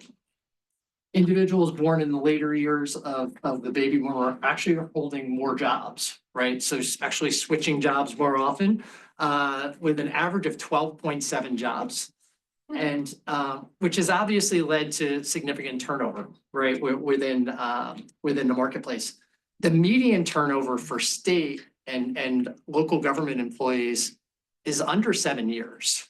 So when you think about that from your perspective and all the great conversations you're having, with a median of, let's say, 6.3 years for local government or for state employees, statistically speaking, roughly 25% of your employees are not staying long enough to obtain the benefit within the defined benefit plan, right? So really providing the option for them, if they have the need or they anticipate potentially taking another job, in a shorter period of time, the ORP does provide that opportunity.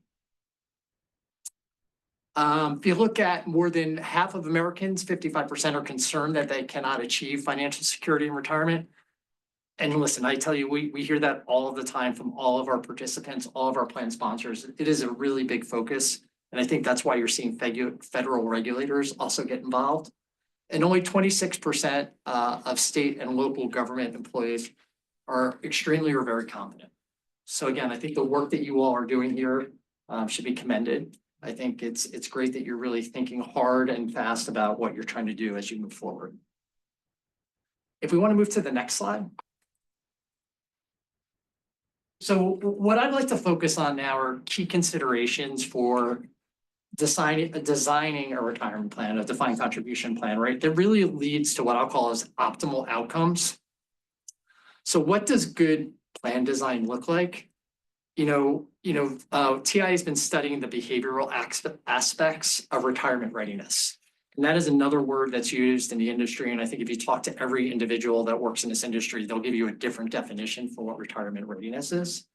We've actually studied the behaviors of almost 1 million participants and really what they're saving, right? To determine what they're saving. So are they saving enough? So we were looking at 3 key factors. Are they saving enough, right? And what we typically see is rule of thumb, 12 to 15%. Right, is considered to be saving enough. Taking the appropriate amount of risk, right? So are they actually diversifying their investment options? Do they have the right diversification? And then are they building a guaranteed income stream, at the end of the day? We view this, as really what we'll call the 3-legged stool, is really having those 3 components in place to really support the retirement aspect for individuals. So it's save enough, take the appropriate amount of risk, and then having the ability and the access to guarantee lifetime income. Thus, I think the other thing I'd add is that it's great to design a program, that accounts for these things, but are you actually tracking and measuring it? Right? I think that's the key component. And how are your participants and actually your faculty and staff and everyone utilizing those benefits? So if we want to move to the next slide. So this is the slide that I really probably want to get into the most. I know there's a lot of discussion earlier on as it relates to information. So this slide we created as requested by the chairman. One thing I will also add, I think it was Dr. Singh, you might have asked this question as well, as states without Social Security, we can absolutely come back to you as well with more information as it relates to what are those contribution rates. This is focused really on SEC schools. So with that being said, we wanted to provide an overview of the landscape. I will say that we did leave off Georgia Tech and Auburn, since the University of Georgia and Alabama are on the chart, and the information is very similar. The darker shade is the employer contribution rate. So you look at the dark blue or the dark green is the employer contribution rate. And then the light shading, or the light blue, light green, is the employee contribution rate. So as you can see, LSU is saving at a rate of 14.2% of salary, which is in line with best practices, from what we're seeing. However, and this comment was made earlier, and it was all discussed earlier around the importance of Social Security, right? That's not taken into account, right? And really not having the Social Security to fall back on. So when we think about our standard ranges, and I referenced before, 12 to 15%, that's also assuming people have access to Social Security. So, what I would say is that, Louisiana educators in ORP are lagging behind, potentially on a guaranteed stream of income because of that lack of Social Security. So, why is this important? From our perspective, I think it's really providing access to lifetime income within the ORP plan. So, I will say that the option was removed from the ORP plan back in 2010. Although you saw some of the numbers, we still have a number of employees from the plan receiving those lifetime benefits. The green columns, that we're looking at on this slide are the schools that do not have lifetime income. So there are 3 schools within the SEC that are not offering a lifetime income option or options in the retirement program. So, when we think about areas of opportunity or things to consider, I think that's a consideration that you all may want to think about as you're going back and considering options as you move forward. Because just to provide some additional context, TIA has roughly 7,500 higher ed or institutional clients. Over 98% of those offer lifetime income options within their retirement program. So again, providing the access is really part of that 3-legged stool. The last comment that I'll make is, lifetime income in a plan can generate what we've seen from our participants, anywhere from 9.5% to a 10% return or annual stream of payment versus the 4% drawdown rule that you typically hear about in a DC plan. So, and I think you heard the comments earlier on the power of a defined benefit plan. So this is really providing that defined benefit like type of benefit. So I'll stop there. I know we're pressed on time. So I want to be respectful of your time, but also the other vendors, and happy to answer any questions that you all may. University of Alabama only offers the bond benefit, so is this the supplemental return? It is. It's a 403B. It's a 403B plan with the University of Alabama. Great question. Can I ask a question? Absolutely. You see, like the biggest challenge which we face is that we have very limited investment choices. I am with EIA. Yep. So if I look at the blue chip growth, your T. Rowe Price Blue Chip Growth Fund, it has an expense ratio of 0.7. And well, we know like most of it reflects roughly like what NASDAQ does and so on. Most of the growth which the stock market has seen in the last few years was in these blue chip companies. But I also invest in Fidelity and separately from the TIA, and there the blue chip growth fund has expense ratio of only 0.48%. So there is what, like 25 basis point difference between the two. Both are solid companies. But what concerns me is if I also compare other funds like Nuveen's, which mimics S&P 500, there is some sort of a lag in performance. I don't know. I have been always trying to understand what the lag is. I can actually show you. This is from Yahoo Finance 5-year. The red curve is the Fidelity's blue chip growth. Versus TIA's blue chip growth. It's not only the expense ratios, but it's also like this hidden lag of matching the index. So can you please give insights on? Sure. So I know it's not your fund, it's T. Rowe Price. So you're gonna put me on the hot seat over a fund that's up there. It's a great question. So and this is where I think you all need to be commended as well. And I think you made the comment earlier. So you're working with an independent consultant, right? Your independent consultant is reviewing the investment options that are ultimately offered in the ORP plan. TIA or any of the providers is not really selecting the investments that are available. So you're actually engaging a third party that's actually acting as a fiduciary, right, to select the investment options. I think that's potentially a question maybe to go back to the investment consultants that you all are working with and just say, I can't necessarily speak to the differences in the two funds, but I think one of the things that, I'll say the consultant that you're working with and is a very good consultant within top consulting firm in the marketplace. They're not just looking at short-term performance, they're looking at long-term performance, they're looking at fees, they're looking at performance incentive fees, as you know, right? Completely know. But I think that's probably something you may want to bring up as you think about it. Yeah, and we're forward. providing a structure and the providers are actually picking within that structure, the actual options. So is it possible, I know like that's your competitor.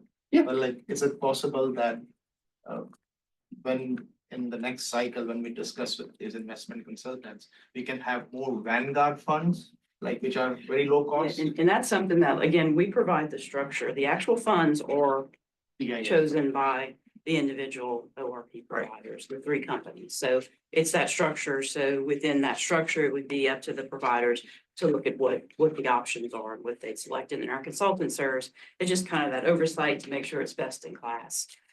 Make sure the expense ratios, are below peer, those types of things. And we're happy to provide that level of support. Where the defined contribution marketplace or the ORP marketplace has gone, right, is really providing, to your point, right, use the term best in class investments, right, open architecture. So you have the ability, at the plan level to say, hey, here's the options we're going to make available for our participants. And if it's a Vanguard fund, we absolutely have access to do that. And we're absolutely open to having those conversations. And then TIA could potentially, if it falls within the parameters, then TIA could potentially pick some of those funds and make them a part of the contract. Yeah. So very fair question and good question. So hopefully does that address your question? Sidebar question. Who is the consulting firm that TRSL uses? Mercer. Okay. Right. And who participates in that? Are ORP participants part of that discussion, or is it just TRSL? So each year, like I mentioned earlier, we do an SFP and there's a contract and there are 5-year contracts. So there is a platform that's provided to the providers as to the options that they can choose and what classes, what asset classes, and the providers are who choose the funds that ORP participants are going to invest in. And there may be feedback from our consultant, but ultimately it's the providers that are choosing the fund. So the Not our ORP consultant, participants not our don't participate in consultants. this process at all. Right, no, Okay. it's our consultants providing us with guidance based upon, what studies show best in class, what is the standard in the community. I would just add from a context perspective, what do we typically see in the marketplace? Typically, we don't see plan sponsors have participants involved in that process, right? Because you have an oversight responsibility, acting in the best interest of participants, and participants' education are all over the place as it relates to finances. I know mine are, right? So what we typically see is that there is some type of a governance structure that's set up that works directly with the consultant to determine what the options or what the structure should be. And then each participant then has the ability to do research and look at the options that are available to them that ultimately are being overseen by the governance structure. Hopefully that helps.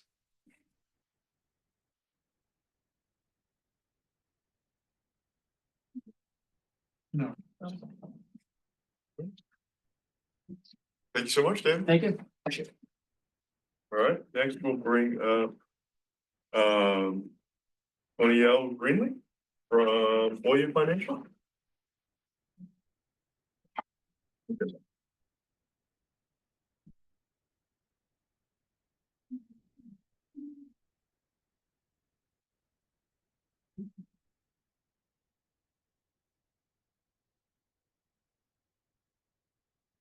There's a handout in your folder for you as well.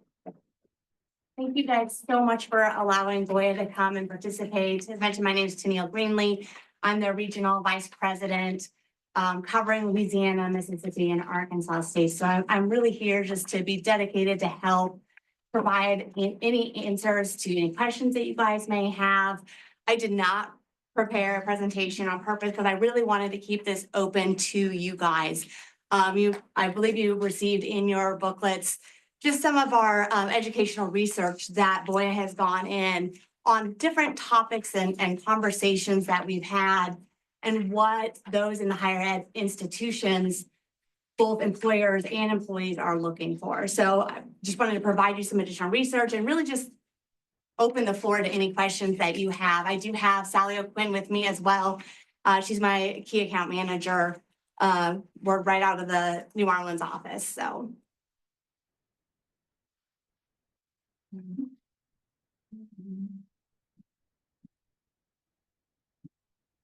while you guys are thinking about stuff, you know, just like with Tia, we have been with Teachers Retirement System for the full 30+ years, and it's been a pleasure, honestly, to be able to be here to work with TRSL and provide you guys with the retirement options and capabilities. I have a question. So if we have employees who are optional retirement currently, got this pot of money, and then they choose to go to defined. Yes. Is it going to be, whose responsibility is it going to continue with that relationship? Obviously, there's a, you know, payroll that needs to maintain, so I'm pretty sure I could already answer my own question. But have you worked it out kind of like just bouncing the ideas off the wall? How will that switch from those employees that stay in the university system but are no longer monthly contributors? Are we going to be treated differently as far as our consultants and our? Absolutely not. So we have local representatives on the ground that are there to service and assist with any employees on your campus, regardless of whether they're in Teachers Retirement System, they're in an optional retirement plan, there may be 403B supplemental options available. Our advisors are all investment advisor representatives, so they do have additional certifications, and they are there and available to answer any questions.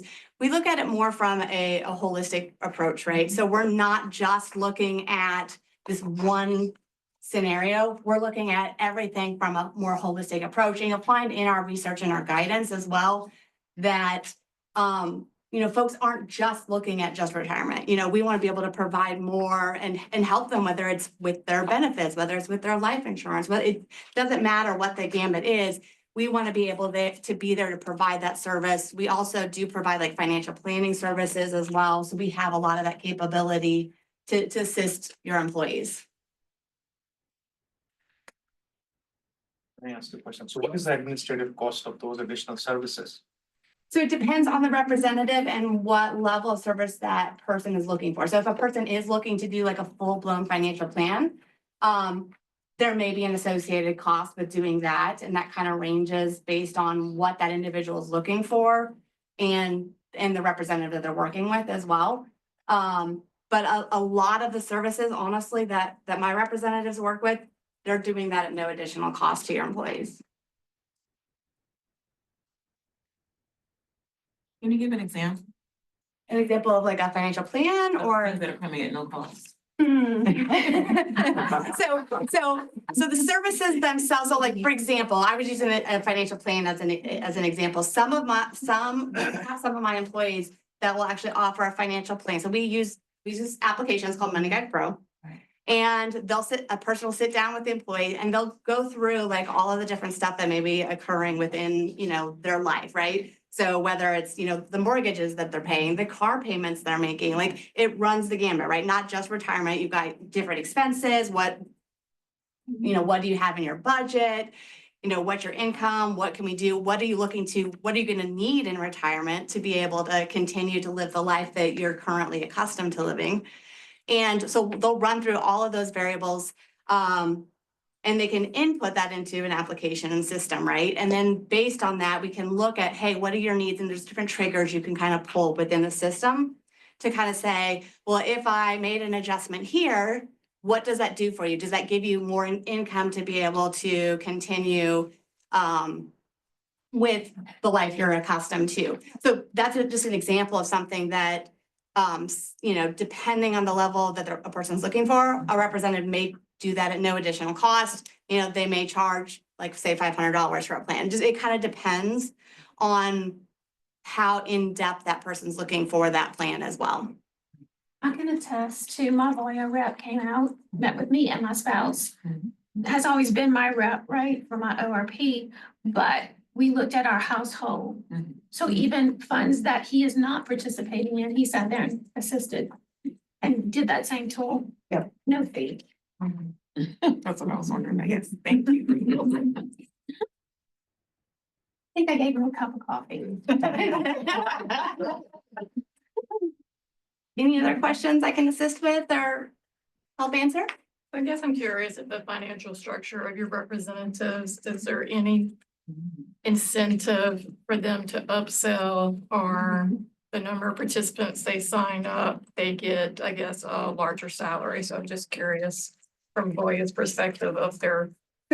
So with respect to the optional retirement plan, they are paid a salary. So it's a salary. There are formulas that counted into it so that it's based on, how many people you have in your individual, but they are absolutely not incentivized to try to sell the ORP. We are a huge partner and advocate of teachers' retirement systems. So it's really important in any conversation that we're having with an individual to sit down and look at all of the variables. So it's risk tolerance, longevity. There's so many things that go into it that they are absolutely not incentivized to try to upsell and go to specifically to the ORP. Any other questions? Thank you so much. Thank you you. for coming. All right, last, Corebridge Financial, Ted Kennedy and David Mills.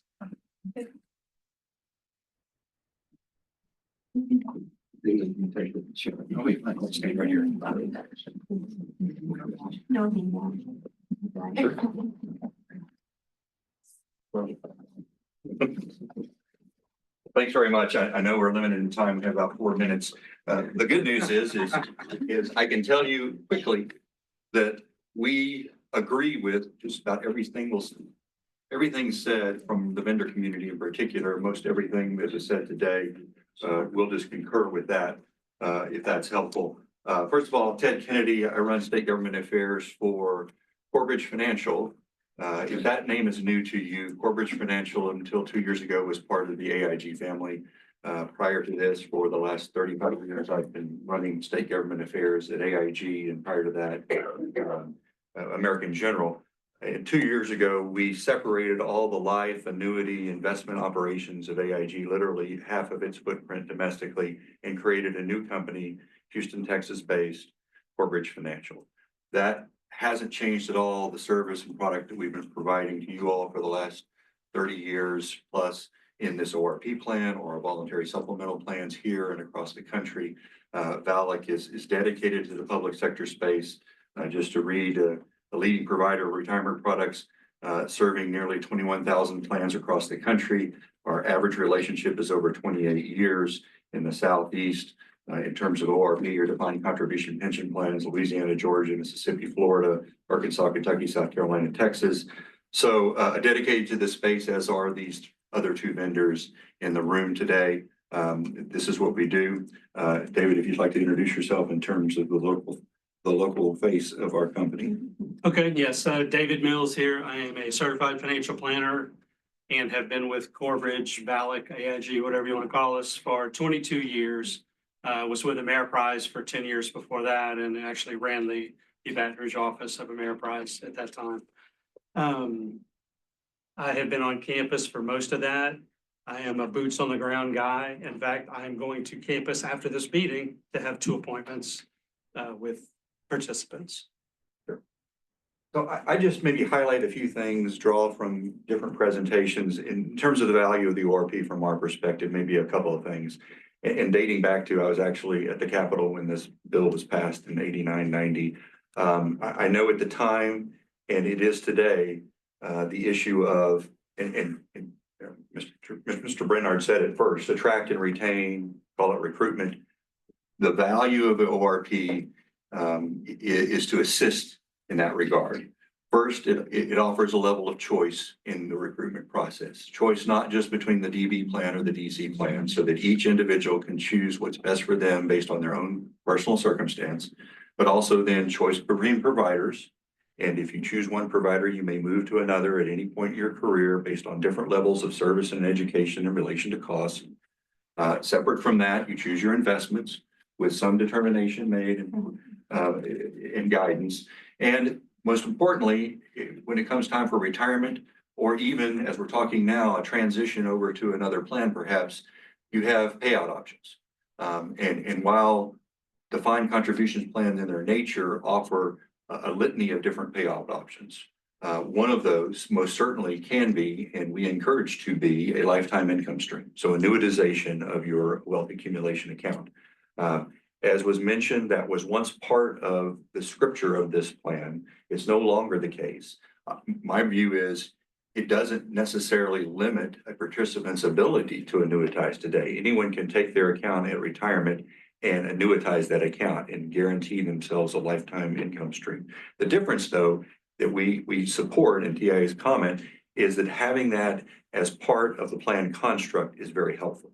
As you heard in testimony, more and more discussion today that consumers, participants want to know they have the security, particularly without Social Security in this instance, of being able to rely upon a lifetime income stream. They may have other personal savings, they may have other assets available to them for discretionary withdrawals, but having that basic foundation is important to them. So we support the idea of lifetime income in that regard. But beyond choice, the portability aspect of these plans is obviously a huge consideration. Number one, zero vesting allows these plans to be very portable, but separately, as you heard earlier, tenure here in these plans, typically 6 years.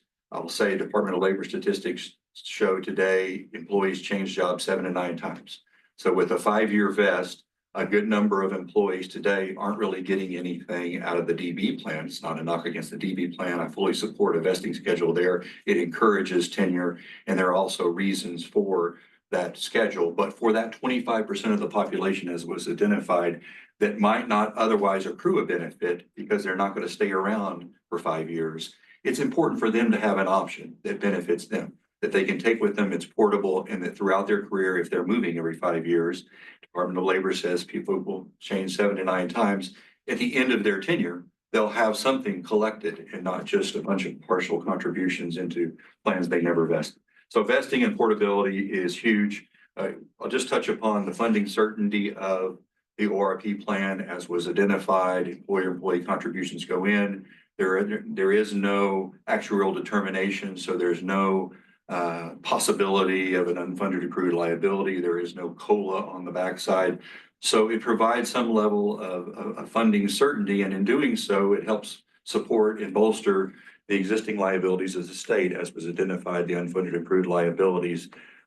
So the plan is supporting both the past experience of the state through the unfunded accrued liability of the defined benefit plan, but at the same time, providing benefit and flexibility to those choosing this plan without any possibility of incurring future debt for those participants to the state. Anything you would add to that? I got a lot to add, but not to that. Okay. Anything you'd like to add otherwise? Yes, so I wanted to bring a perspective of boots on the ground.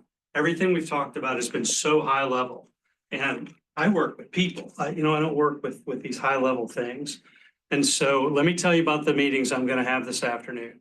I'm gonna go with them and I'm gonna do with them a financial analysis. We call it Pathfinder. I know Voya's got one that's equally as well, and the representative on LSU, Mike Sotiel, is a very good friend of mine. It's fantastic. And so what I'm going to do, I'm going to sit with these people and I'm going to show them two scenarios. Current scenario with their ORP, and we're use basic assumptions. Then I'm going to show them another scenario if they use House Bill 31 option and switch. And what it's going to show, because it shows for everybody, if they have 5 years and are age 62 or over, they need to make the switch. So I'm going to recommend that they make the switch. And they're going to say, what's in it for you? And I'm going to say nothing. Doing the right thing is what's in it for me. So that's kind of what's going to happen. And that is what we do. We sit down with people, we figure out their situation and what they need to do to make it work for them. The biggest issue with the ORP plans is that people aren't contributing enough to the 403B to make up the difference. And so, it's two different scenarios, but if they just put, a decent amount in the 403B, they're going to have enough to make up the difference, but most of them don't. So anyway, that's kind of my 2 cents on that. I wanted to add one more thing, and it's, again, I always start this meeting off with, I am the least smart person in this room. But it seems to me, when we look at the sheet that says the different funding levels and all this other mess, there's one little asterisk that says one university does not participate in Social Security. So let me have a conversation with a client or a person who's considering coming in. Well, you have your ORP, you'll put up 8%, the state will put up 6.2. We'll invest it aggressively because you're young-ish. We've got a 403B as well. We'll do that. Or you could do the defined benefit plan. We can do the financial analysis so I can prove to you the defined benefit plan is better. And then I'm obligated to tell them, but you have to understand, we are not participants in Social Security. So not only will you not accrue quarters here, the quarters you have will now be discounted through the WEP that he talked about earlier. And so you're going to get less Social Security than you would if you stayed where you're at. And so, it then becomes, well, I really got to make a lot of money, or I got to have some other things going on, because that's not going to sway my decision to the positive. So I really think that's all I have. If anybody has any financial needs, my number is on the little thing. I would love to talk with each and every one of you. I have worked with many people, their names. By confidentiality, I cannot list them, but again, I've been doing this a long time, and so has Corebridge and the other vendors. I mean, I think TRSL did it right in the first place, and I did want to address something you kind of brought up more than once. I've never lost a sale because of the fees on this product. They're negligible. The differences are negligible. The differences within other universities are negligible. I know our company as well as others try our best to keep those at the lowest we can do and still provide a reasonable service. Any questions? I'll just make a quick comment. I appreciate your frankness. We had an event at Southeastern's campus on September 6th. We'll have another one on the 20th.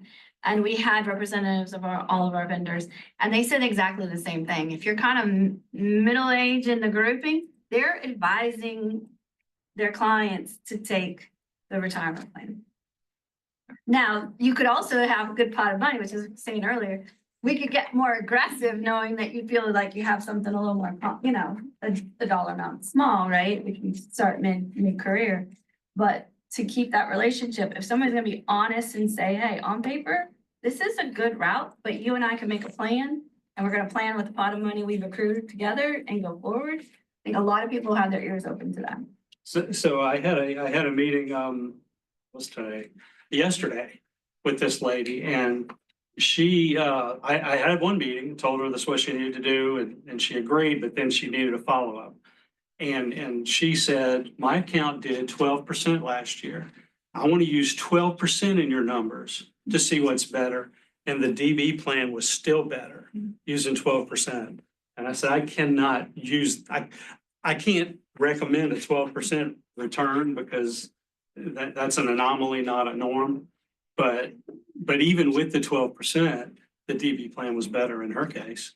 She was 49, so she had 13 years, so age 62, and that's what we use.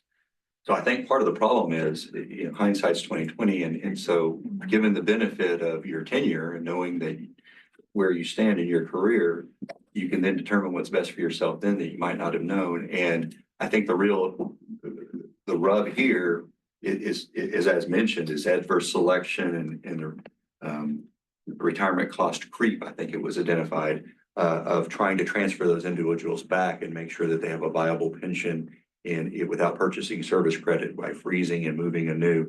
So from the ORP vendor community, we're agnostic toward that situation. We want to do what's best for our participants.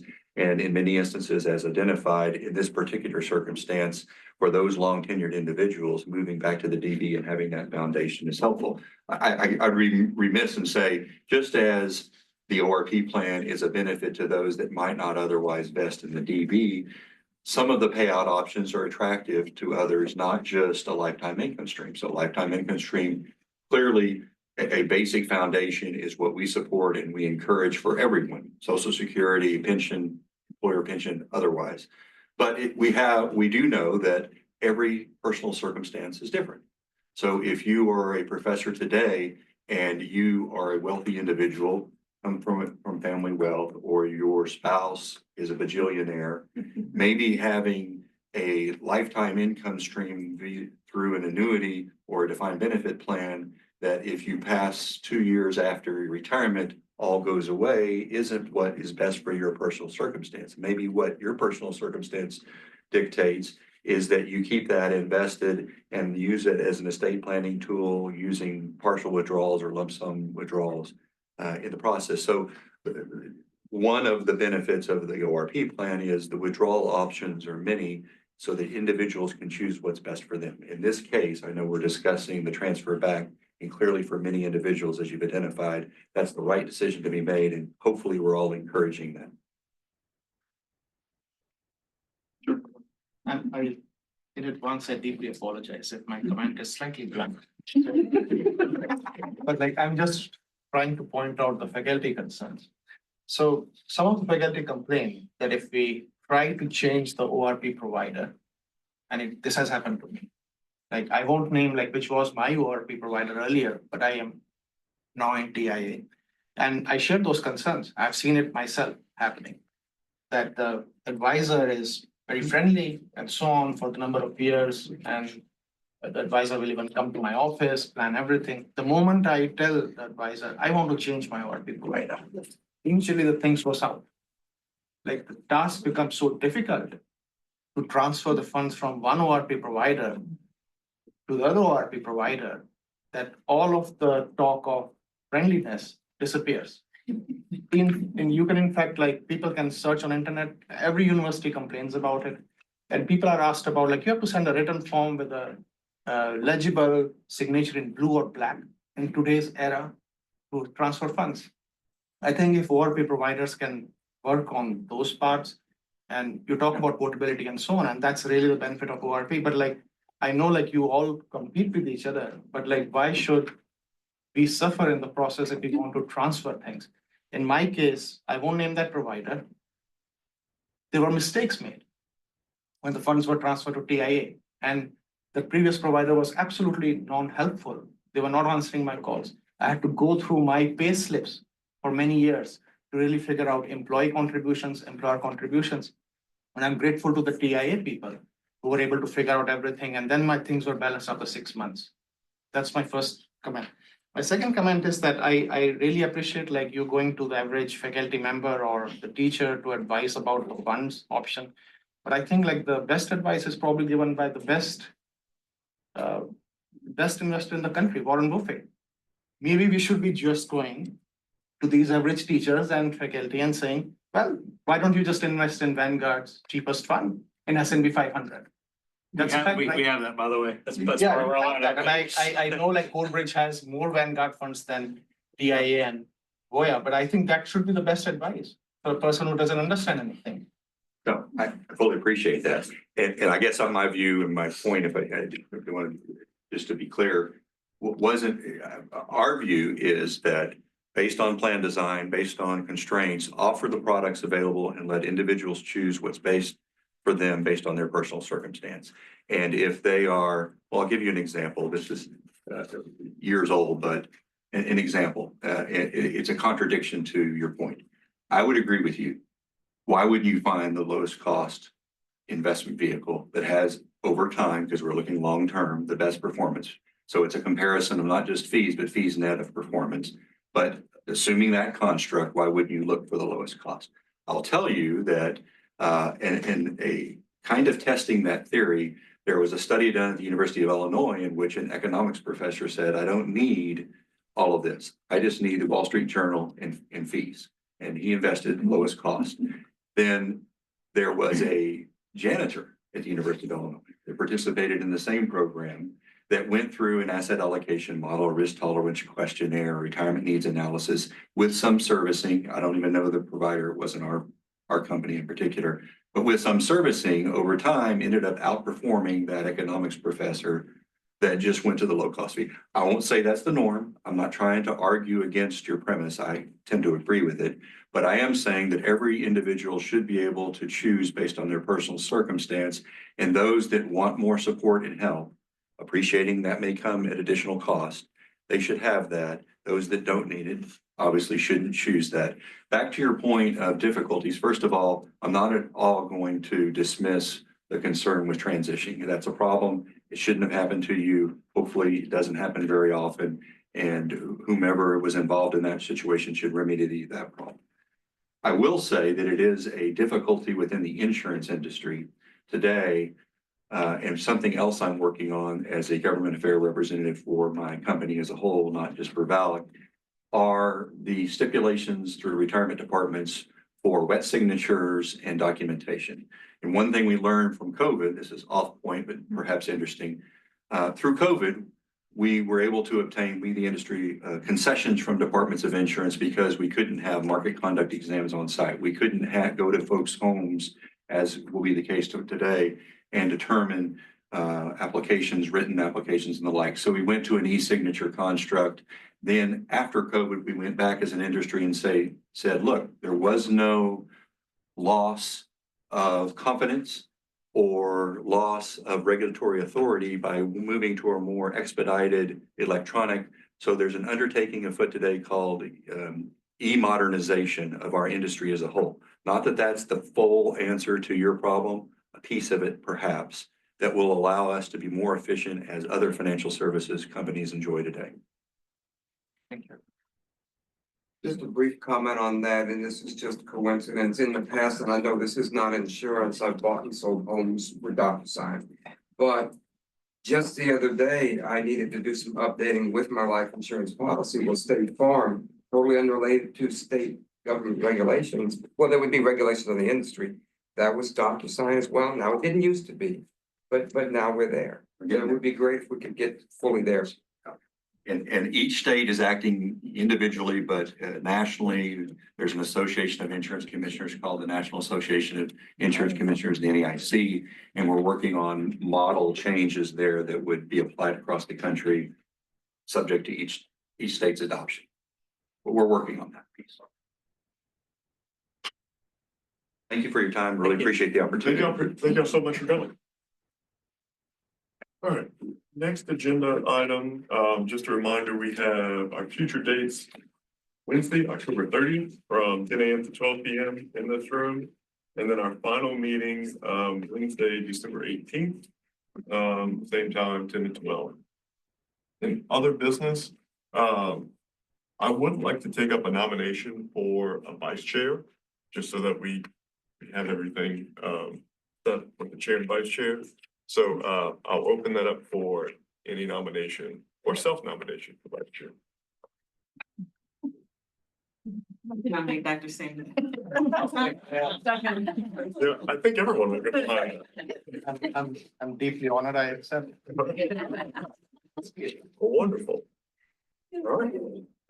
And with that, is there anything else to come before us? Oh, I have a quick question that I probably should have asked 2 hours ago.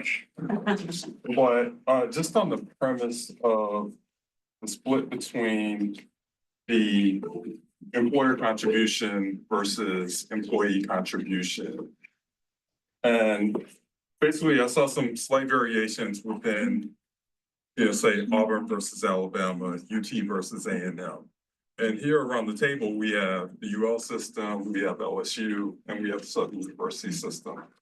Are we basically having the same state contribution, employee contribution across systems here? Are we all playing the same game? Yes. Okay. Thank you. All right. And then if I don't do this, Elizabeth will be very mad at me. Please remember to sign the sheet right by the door before you leave. And with that, I'll take a motion for adjournment. All right, second. All right. Thank y'all so much. Thanks for sticking this one out.